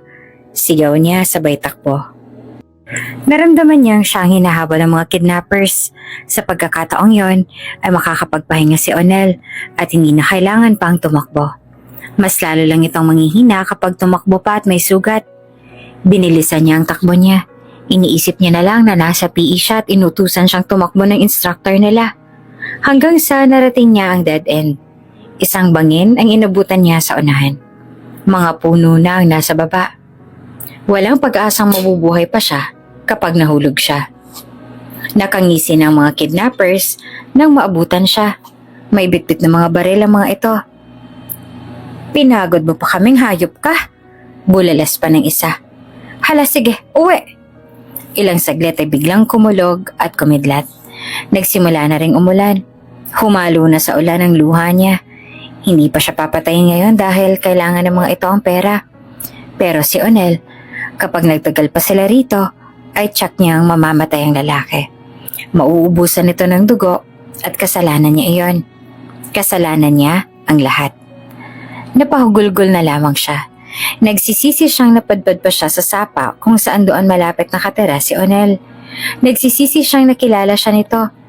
Hindi sana nadamay ang lalaki sa kamalasan niya. Sumama siya sa mga tauhan pero panay ang tingin niya sa kagubatan. Sana ayos lang ito. Sana makaligtas ito. Iyon ang paulit-ulit niyang sinasambit sa isipan. "Itaas ang kamay!" Umalingaw-ngaw ang malakas na boses na iyon sa kagubatan. Sunod niyon ay tumama sa kanilang lahat ang lasers mula sa mga baril nito. Nagsilabasan ng napakaraming armadong lalaking naka-combat suit. "Tahimik niyong ibigay sa amin si Ms. Maltran." Malakas sa sambit muli ng pinuno ng bagong dating ng mga nakaitim na mga lalaki. "Kami ang ipinadala ni Mr. Maltran para sa anak niya. Sumuko na lang kayo. Wala na kayo pag-asa sa amin." Napakaraming nagsilabasan pang nakaitim na mga tauhan. Samantalang ilan lang ang kidnappers na may hawak sa kanya. Walang nagawa ang mga ito kundi ang ibaba na lang ang mga baril at sumuko. Dumating rin kaagad ang mga medic. "May isang tao akong gustong iparescue sa inyo. Please tulungan niyo siya." Naiiyak niyang sambit. Nagpapasalamat siya at sa wakas ay dumating na rin ang mga tauhan ng ama niya. Nakuha ng mga ito si Onel ngunit wala ng malay. Nakahanda ng ambulance kaya pagkababa nila sa bundok ay mabilis namang naisugod kaagad si Onel sa ospital. Naiiyak siya habang tanaw ang palayong ambulansya. Nagpapasalamat naman siya at nalaman niyang buhay pa naman si Onel at naisugod pa ito sa ospital. Kaya lang, ilang saglit lang ay siya naman itong hinahimatay. Nagising siya na nasa ospital na. Ang ama niya kaagad ang namulatan niya. "Dad," umiiyak niyang yakap sa ama. "Hindi ko sila mapapatawad sa ginawa nila sa'yo. Pagbabayarin ko sila." Ang nasabi ng kanyang ama habang yakap-yakap siya. Nang may maalala ay kaagad siyang bumangon. "Dad, si Onel, yung kaibigan ko, nasan siya?" Kinalma siya ng ama at inalalayang bumalik sa kama. "Stable na siya. Kapag nagising siya mamaya at makabawi ng lakas, ay saka mo siya bisitahin. Pagpapahingahin ko muna. Tsaka ikaw rin, magpahinga ka na rin." Ani ng ama. Wala siya nagawa kundi ang pakinggan ng sinasabi ng ama. Tama naman ito. Hindi basta-basta ang nangyari kay Onel. Sa kanilang dalawa ay ito ang masasaktan. Kaya natulog na lang siya ulit. Nag-usap lang ulit sila ng ama nang bumisita na naman ito mula sa meeting. "The boy, he's awake now. You wanna visit him?" Nakangiting tanong ng ama pagkarating. Masaya siyang tumango at kaagad na umalis sa kama at sumama sa ama. Alam nito kung saang silid inilagay si Onel. Excited at masaya siya habang patungo roon. Gusto niya nang makita ito. Nang makarating sila sa silid ni Onel, at nakita niya itong maayos na nakaupo sa hospital bed ay kaagad niyang sinalubong ito ng yakap. Naiiyak na nakayakap siya dito. Hindi niya mapigilan ng sarili. Mabuti naman at ligtas ka. Napapalahaw sa iyak si Fiona. Tinapik-tapik naman ni Onel ang likod niya upang tumahan na siya at kumalma. Bumaling si Onel sa ama ni Fiona. Unang tingin, alam na kaagad ni Onel na ito ang ama ni Fiona. Magkamukha ito at si Fiona. Magandang umaga po, sir. Magalang na bati ni Onel. Ngumiti naman si Herrero Meltran. Naikwento na kasi ni Fiona sa ama kung paano nitong iniligtas ng binatilyo. Malaki ang naging sakripisyo nito para sa kanyang anak, kung kaya't malaki rin ang pasasalamat niya dito. Hindi mo malang ba ako ipapakilala sa kaibigan mo, Iha? Pabirong wika pa ni Herrero.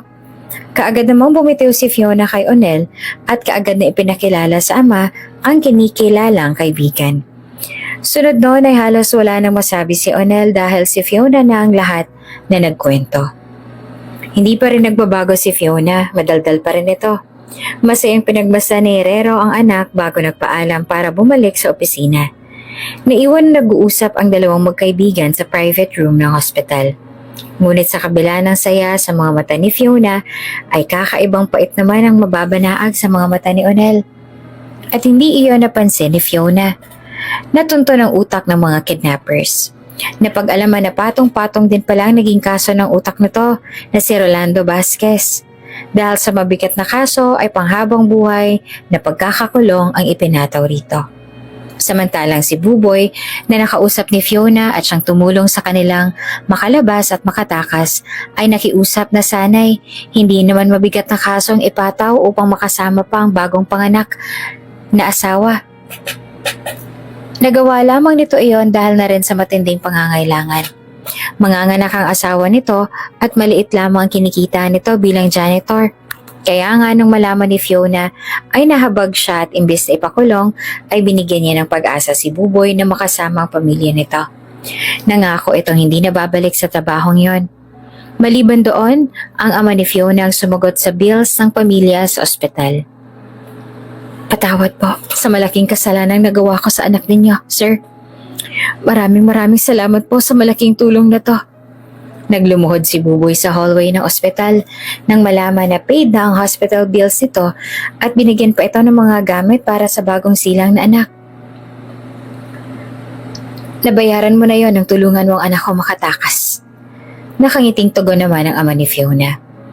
Noong muling nagkita sina Fiona at Buboy ay hindi nito tinanggap ang perang ipinangako niya.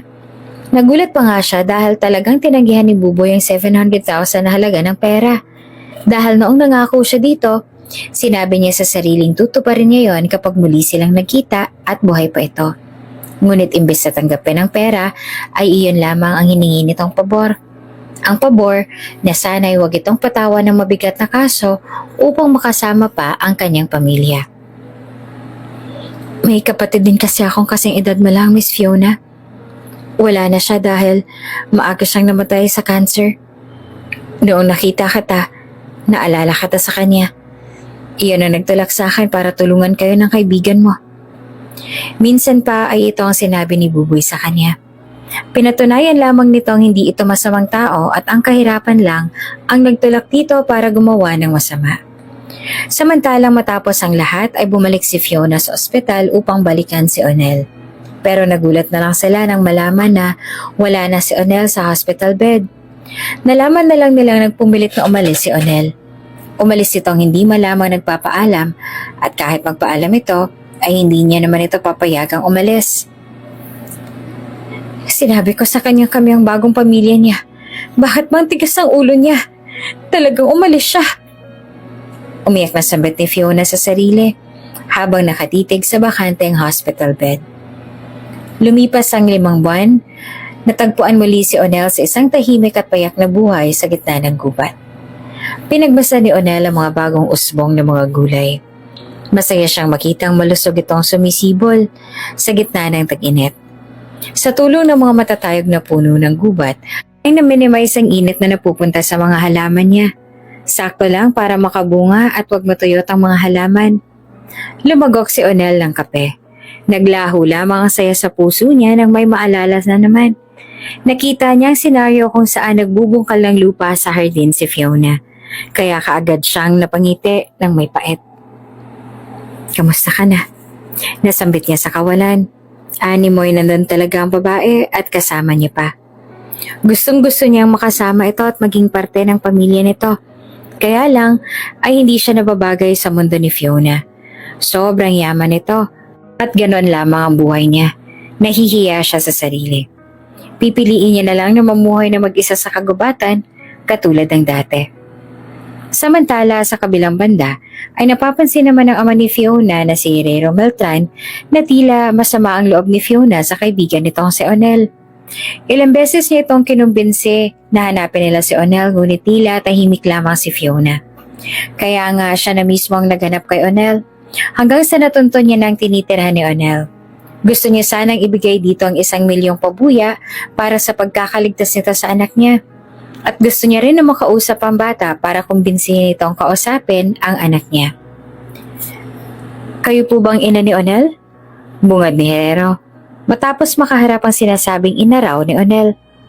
Ang babae ay naglalabada, simula nang mawala na si Onel, ay ang madrasa na ni Onel ang lahat ng gumagawa sa gawaing bahay. Hindi katulad noon, medyo stress nang tingnan ng babae ngayon. Ako nga po, bakit po? Ano pong sadya natin? Mahinang sabit ng madrasta. Hinahanap ko po si Onel. Malaki kasi ang naging tulong niya sa anak ko. Kaya't gusto ko sanang ibigay sa kanya tong pabuya na itinabi ko. Para sa kanya. Ani Herrero at kinuha ang case na naglalaman ng pera. Naku sir, ang si Leonora ang bibigyan niyo? Hindi makukuha ni Onel ang binibigay niyong yan. Matagal niya nang pinalaya si Onel. Hindi na nakatira dyan si Onel. Masamang ugali ng madrasa na yan. Biglang may nagsalitang babaeng kararating lamang. May bitbit itong basket ng mga gulay.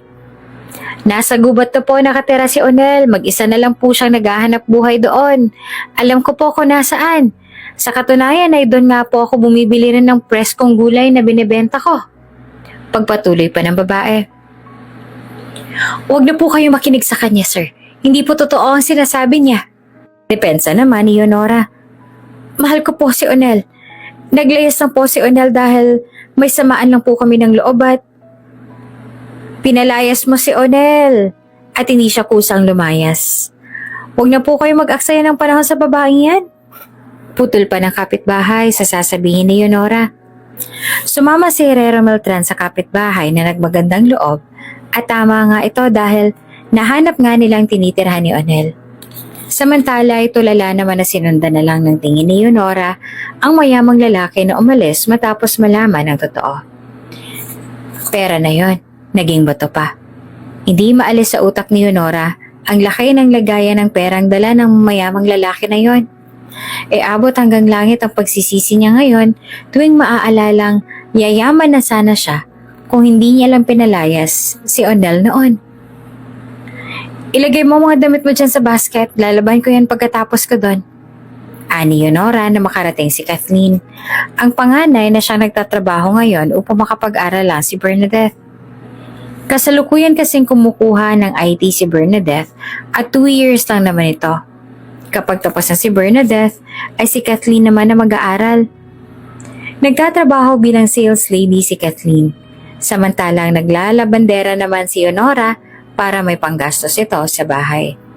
Bumuntong hininga si Leonora at sinundan ng tingin si Kathleen na nagbukas ng kaldero sa kusina. Nakita ni Leonora kung paanong bumuntong hininga si Kathleen. Tuyo at noodles na naman kasi ang ulam. Kagabi rin ay ganito ang ulam nila. Naglalabada pa kasi si Leonora at hindi na maasikaso ang kusina. Kaya yung mga madaling lutuin na lang nagagawa niyang ihanda. Matatapos na ako rito mamaya.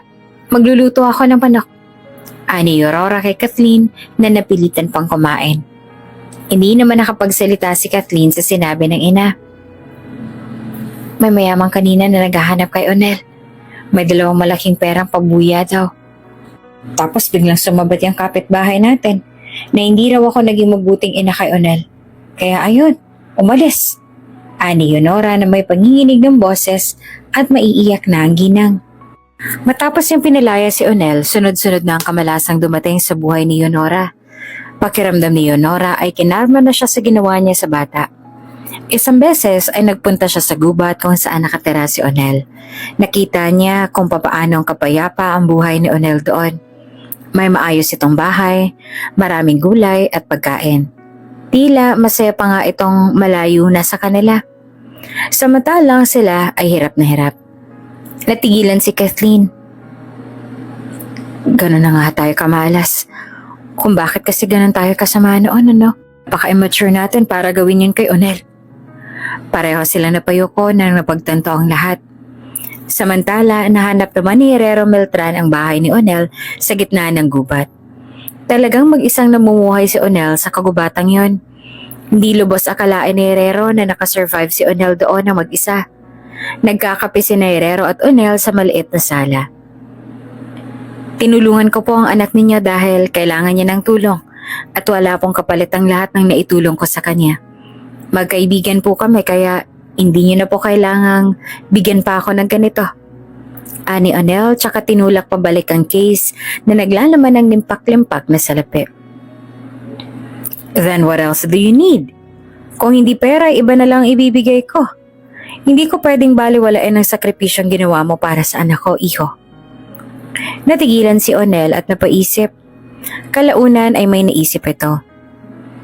Kung gusto niyo po talaga akong bigyan ng pabor, imbes na pera ay bala ko pong pag-aralin niyo na lang po mga kapatid ko.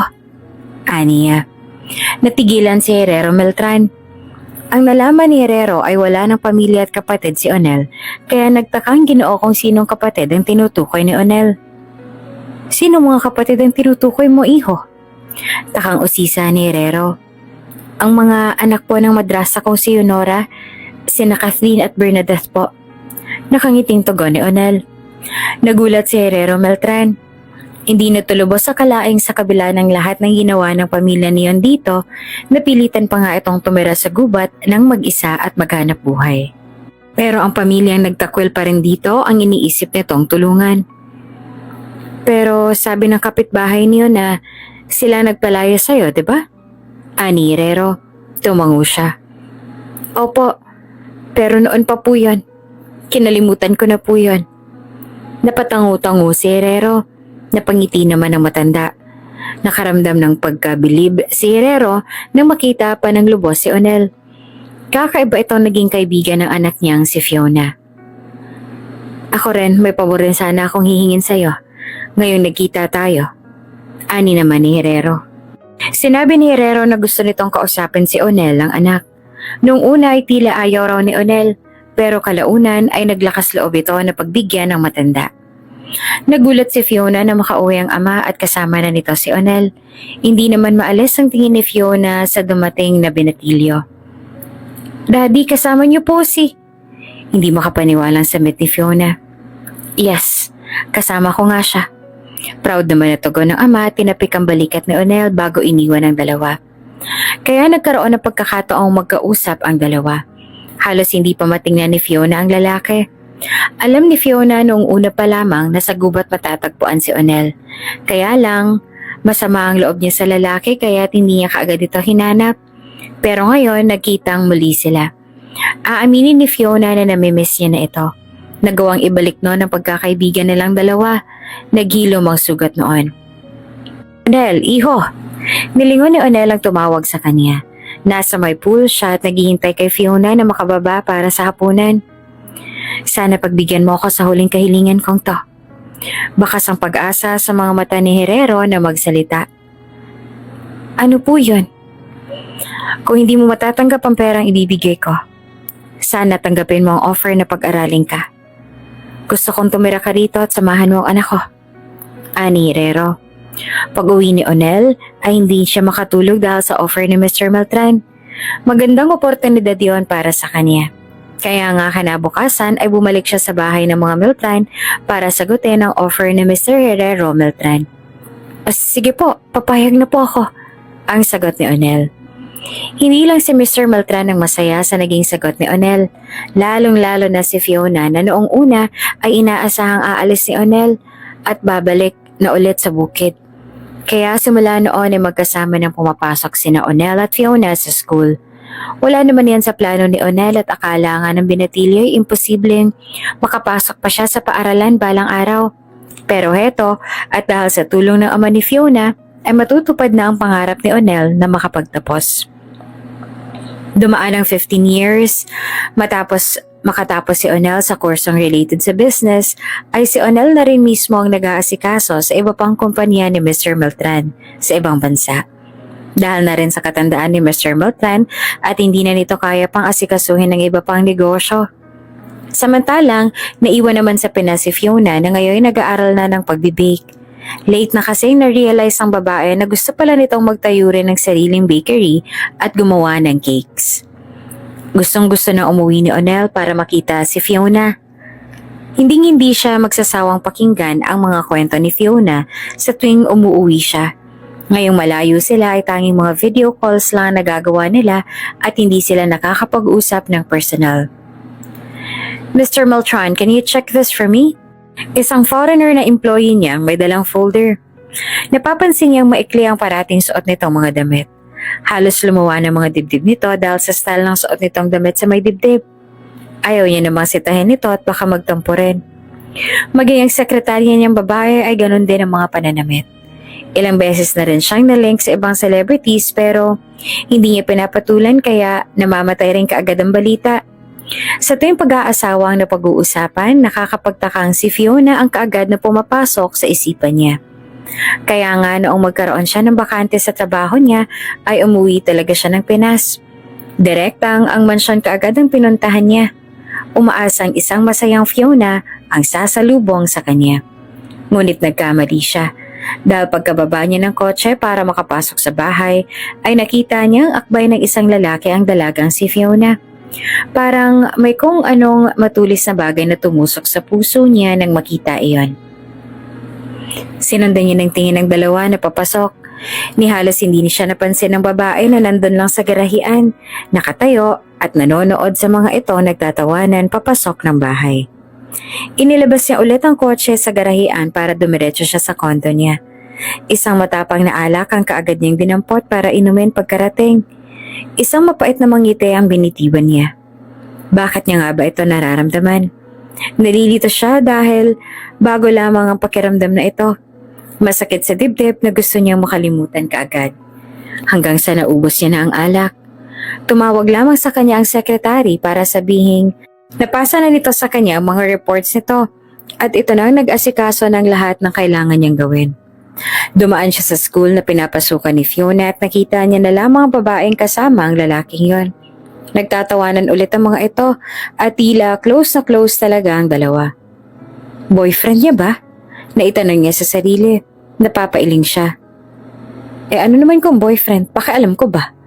Karapatan naman itong magkaroon ng ganon. Dalaga na si Fiona at maganda. Kaya hindi na siya magtataka kung maraming aali-aligid ng mga lalaki rito. Kaya lang, pakiramdam niya ay hindi pa siya handa sa bagay na yon para kay Fiona. Nang gumabi naman ay napag-utusan si Onel na bigyan ng isang palumpo ng bulaklak si Fiona. Mga bandang alas 9 na iyon at mukhang abala pa ito sa pagluluto sa loob. Nang lumabas at kunin ang isang bouquet ng flowers na ipinag-utos niya sa isang lalaking taga-flower shop. Gumamit siya ng code para hindi mabisto si Fiona. Parati niya kasing pinapadalan si Fiona ng ganon tuwing nakakauwi siya ng Pinas. Hanggang sa mga panahong yon ay hindi niya pa sinasabing siya lang din ang Mr. O na nagpapadala rito ng mga flowers. Masaya siyang makita ang reaksyon ni Fiona sa mga bulaklak dahil napapansin niyang gustong-gusto rin itong binibigyan niya ito ng mga bulaklak. Kaya lang, pagkatapos niya makita si Fiona na masayang tinatanggap ang bulaklak, ay dumadating na naman ang isang lalaking parating kasama ni Fiona. Yumakap kaagad ang dalaga sa lalaking yon. Kumuyom ang kamao niya. Kaagad nitong nakalimutan ng bulaklak na hawak para sa dalagang dumating. May kakaibang pakaramdam sa puso niya nung umalis siya. Kaya nga isang umaga ay nagulat siya nang bigla na lang tumawag si Fiona. Hindi ka na tumatawag sa akin. Busy ka na ba talaga? Magtatampo na ako niyan. Ani ng dalaga na nakanguso pa. Napalulok siya nang marinig ang malambing na boses ng babae. Yes. Sorry kung hindi ka nakatawag. Noong pag-aralin siya ni Mr. Maltran at tumira siya sa bahay ni na Fiona, hindi na siya nagkaroon pa ng chance sa magkaroon ng ibang kaibigang lalaki dahil gusto parati ni Fiona na parati silang magkasama. Iniwan niya ang mga bagong kakilala para sumama kay Fiona. Pakiramdam niya pa nga ay kay Fiona na umiikot ang buhay niya. Ganun ba? Huwag mo masyadong pinapagod ang sarili mo dyan. Always take your vitamins. Huwag ka rin magpapalipas ng gutom. Ani to na ani mo ay mama niya. Yes, ikaw rin. Ngumiti siya dito. Sana makauwi ka na. I miss you. Ani to. Natigilan siya at parang nagwala kaagad ang puso niya nang marinig ang sinabi niya ng babae. Nakangiti ito sa screen. Alanganin ang ngiti na binitawan niya. Parang gusto niyang hawakan ng dibdib para pakalmahin ang puso. Namiss mo rin ako, diba? Ani to. Hindi naman kaagad siya nakasagot. Pinagmasdan niya si Fiona sa screen. Magulo pa ang buhok nito pero sobrang ganda pa rin. Marami na siya nakitang magagandang babae. Karamihan ay may mga gusto pa nga sa kanya. Pero iyong ganda ng mga yon, hindi pa pantay sa gandang nakikita niya kay Fiona. Kakaiba talaga ang dating ng dalaga sa kanya. Nakakabulag. Hoy, sumagot ka naman, Nel. Bakit hindi ka sumasagot? Ngumuso si Fiona. Napakurap-kurap siya at alanganin na nagsalita. Namiss din kita, syempre. Aniya, pero tila may kumikiliti sa puso niya nang banggitin iyon. Umuwi ka na, please. Marami akong ikukwento sa'yo. Inipon ko lang. Natatawang sabi nito. Kaagad niya namang naalala kung gaanong kasaya si Fiona habang kasama ang lalaking yon. Check niyang isa iyon sa ikukwento ni Fiona. Baka nga sabihin pa nitong boyfriend na nito ang lalaking yon. Tumango siya. Sige, sure. Soon, magkikita rin tayo. Wala sa sariling ngumiti ito. Kaya nga 1 linggo lang dumaan at sinabi ni Onel kay Fiona na nakarating na siya ng Pinas. Gusto niyang pagbigyan ng babae dahil totoo namang na-miss niya rin talaga ito at hindi niya na rin matiis. Diyan ka lang. Susunduin kita. Pupunta ako dyan. Bakas ang saya sa boses ni Fiona nang magsalita ito sa kabilang linya.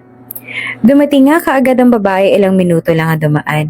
Halos lipa rin ito ang pagitan nilang dalawa na makababa na ng taxi.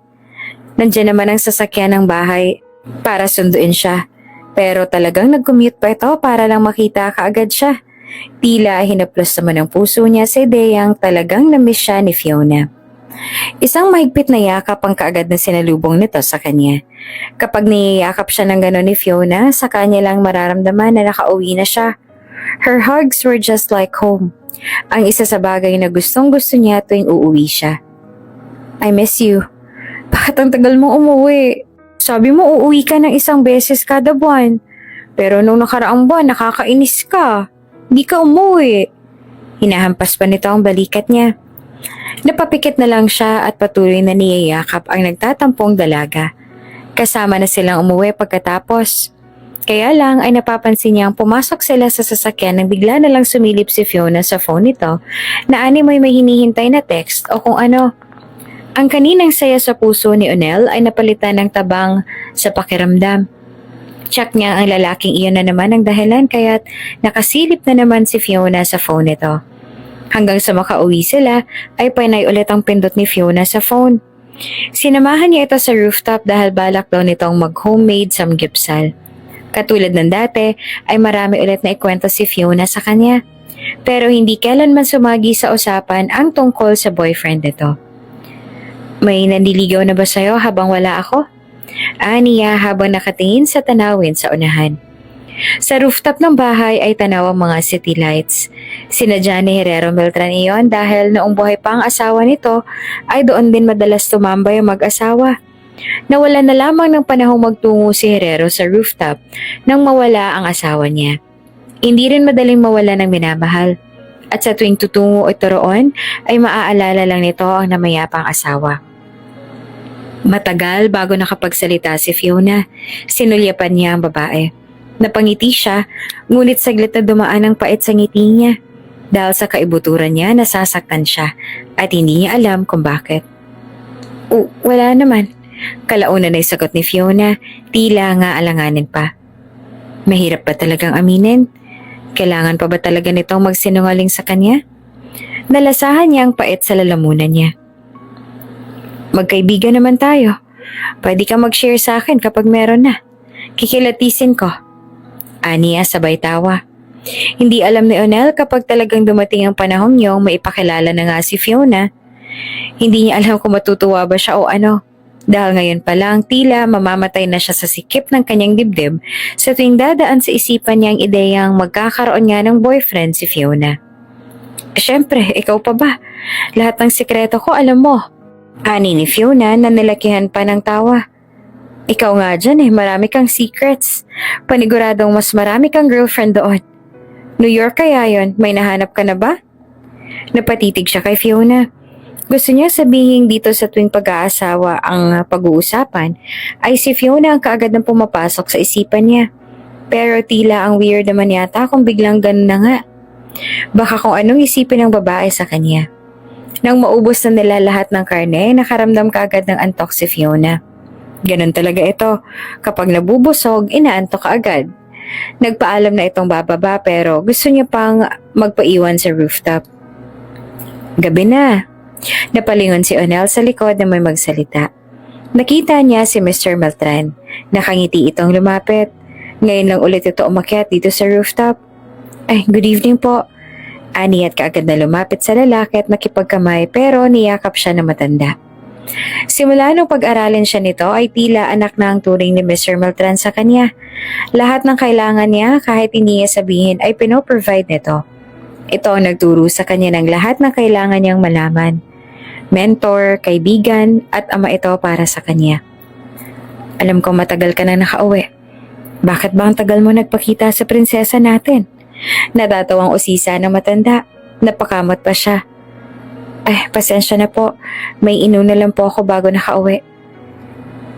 Sinumbatan niya nga ako agad pagkakita niya sa akin Natawa naman si Mr. Beltran. Ay nako, manang-mana talaga yan sa mama niya. Napangiti naman siya. Kaya ka hindi nakakapag-asawa dahil sa anak kong yan. Kaya kung may gusto ka sa anak ko, pakasalan mo na. Nang mamatay naman ako may kapayapaan sa utak. Nagulat naman na napalingon siya kay Mr. Beltran.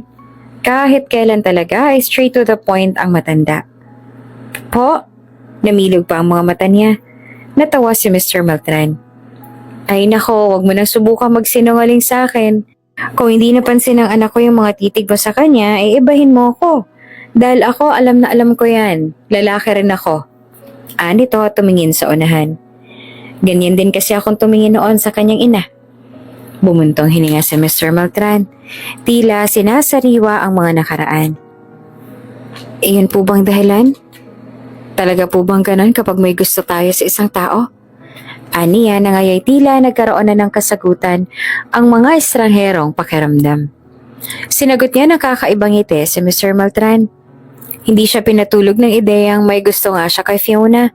Mas lalo tuloy nagulo ang puso niya sa sinabi ni Mr. Beltran. Kalaunan ay hindi na siya natulog at nakangiti na lang na pinagmasdan ng kisame. Baka nga gusto ko na siya. Baka nga tama si Mr. Beltran. Saka lang siya dinalaw ng antok kalaunan. Tila hinihintay lang nitong aminin niya sa sarili ang totoong nararamdaman. Nabulabog ang umaga ni Onel nang biglang isang matinis na boses ang pumailan lang sa sala. Onel, nasan ka? May dala akong buffalo wings. Dapat ipagluto mo ako ng spicy chicken, di ba? Natigilan at napanganga si Fiona nang makita siyang lumabas ng kusina. Walang damit pantaas at may dalang baso. Oh, morning. Maaga ka yata. Sumandal siya sa gilid ng pintot na mewang habang patuloy pa rin na umiinom ng tubig. Nagulat na lamang siya nang biglaan na lang tumalikod si Fiona. Sa bahay na lang pala ako magluluto. Nito bigla. Hey, bakit ang bilis mo naman yatang umalis? Hinuli niya ang kamay ng babae. Napansin niyang bigla na lang itong namula at halos hindi siya matignan sa mata. Utang na labas naman, Onel, mag-t-shirt ka nga. Iritadong bulalas ni Fiona. Pagkatapos dumiretso ito sa kusina niya. Napangiti siya at nagtungo na sa room niya para sundin ang gusto nito. Bakit biglang naging ganon ang babae? Nung bata pa naman sila, naguhubad naman sila ng shirt parate. Magkasama sila buong maghapon at abala sa pagluluto ng buffalo wings. Enjoy na enjoy ito sa naluto niyang spicy chicken. Gustong gusto nito ang spicy chicken kapag siya nagluluto. Ginabi na sila sa dami ng kwento ni Fiona. Dito na lang kaya ako matulog, biglang sabi ni Fiona. Muntik yun ang mailuwa ang manok nang marinig iyon. Simula nung makaramdam siya ng kakaiba sa tuwing malapit si Fiona sa kanya, ay unti-unti niya nang dinedistansya ang sarili. Para kasing may mali. Hindi, uuwi tayo. Doon ka matulog sa bahay. Mabilis niyang sabi. Magkatabi naman talaga tayo ng matulog ah. Bakit ngayon hindi na pwede? Huwag mo na ang ipilit, Fiona. Ani at pinitik na ang noon nito. Nunguso ito at parang batang nagdadabog ng samahan niya ito pa uwi. May bitbit pa itong spicy chicken na kakainin daw nito bago matulog. Napangiti siya habang nakasunod sa babae. Ang liit kasi nito tingnan sa suot nitong pantulog. Kaninang umaga, nakapantulog itong dumating sa kondo niya. Tapos ay umuwi rin na nakapantulog. Hanggang sa bigla na lang tumakbo si Fiona. Natigilan siya ng matanaw sa unahan ng lalaking dati niya pang nakikitang bumubisita rito parate. Kaagad nitong niyakap si Fiona. Kumayom naman ang kamaon niya at kaagad na lumapit. Napasinghap ang dalaga na bigla niyang hinila ang kamay nito palayo sa lalaki. Panel, si Richard nga pala. Nililigawan mo ba si Fiona? Tama bang pinupuntahan mo si Fiona ng mga ganitong oras? Putol niya sa sasabihin pa sana ni Fiona. Gabi talaga? Ano yan, dito ka na natutulog? Magkatabi kayo. Pakiramdam ni Onel ay masusuntok niya ito sa pagkakataong yon. Bigla na lamang umusbong ang galit sa puso niya nang makita niya ito. Onel, ano bang sinasabi mo? Ano ba nangyayari sa'yo? Gulat at nalilito si Fiona nang sitahin siya. Hindi mo malang masasabihin sa akin kung kailan pa kayo mag-on ang sangto? Akala ko ba hindi pwedeng magsinungaling sa isa't isa? Akala ko ba walang sekreto? Iritadong baling niya kay Fiona. Bakit ka ba galit na galit? Buliyaw ni Fiona at hindi na nakatiis. Dahil nagsiselos ako. Parati ako nandyan sa tabi mo. Parating ikaw ang nasa isip ko nang nasa ibang bansa ako. Nahihirapan ako malayo ka sa akin. Tapos ngayon nakabalik na ako. Biglang malalaman kong heto may boyfriend ka na. Tinuro niya ang lalaki. Biglang natahimik at napatulala si Fiona. Huli na. Nasabi niya na at hindi niya na mababawi pa. Yuck, be. Hindi ko girlfriend tong si Fiona, no? Kadiri ka. Di kami talo. Boylet din ang gusto ko at hindi girl lalo. Bigla na lang sumingit yung lalaki. Siya naman tong natulala dahil sa nalaman. Kung ganon, ay bakla pa lang nasa harapan niya at hindi ito boyfriend ni Fiona. Talaga ba? Totoo ba yung mga sinabi mo? Parang maiiyak ng usisa ni Fiona. Pahiya, ngunit nagawa pa niyang lingunin si Fiona. Hindi niya na alam kung may mukha pa siyang maihaharap sa babae pagkatapos nito.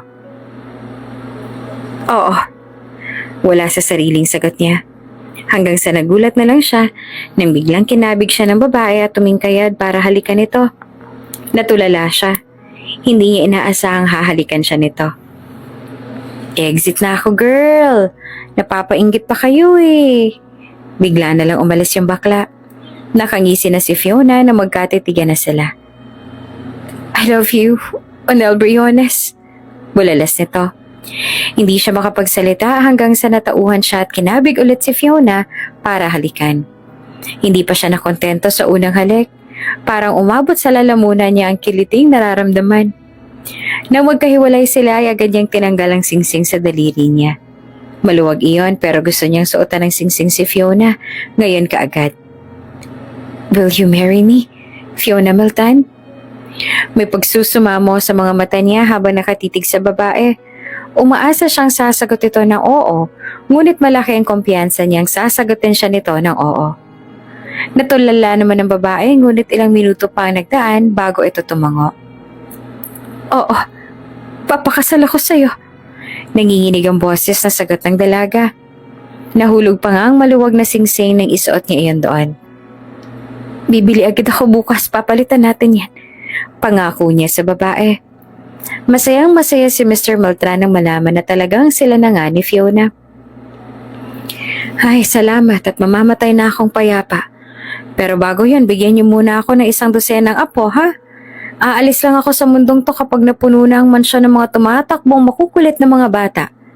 Ani Mr. Beltran. Nag-iisang anak lang kasi si Fiona. Maagang namatay ang ina ni Fiona kaya hindi na nasundan ng dalaga. Kaya nga gusto ni Mr. Beltran na ang anak ang magpatuloy sa pangarap ng ama na punuin ng bata ang mansyon.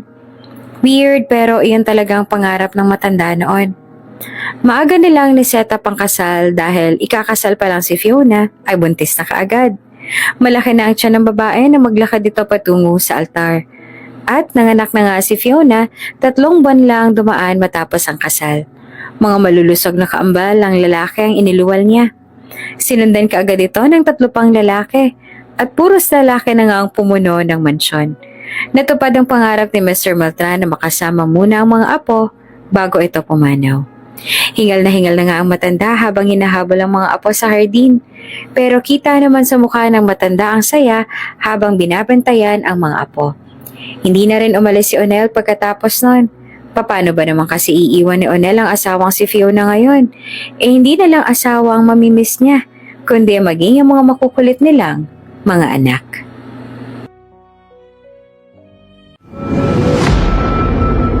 Bago ka pa lang sa channel neto, Ate Jane TV, huwag kalimutang pindutin ang notification bell and subscribe button. Sana po hindi naman malaking abala sa inyo ang pagpindot ng subscribe button dahil ang kapalit po nito ay ang pagsuporta para makapag-produce ng mga libreng stories sa mga channels ni Ate Jane. Maraming salamat!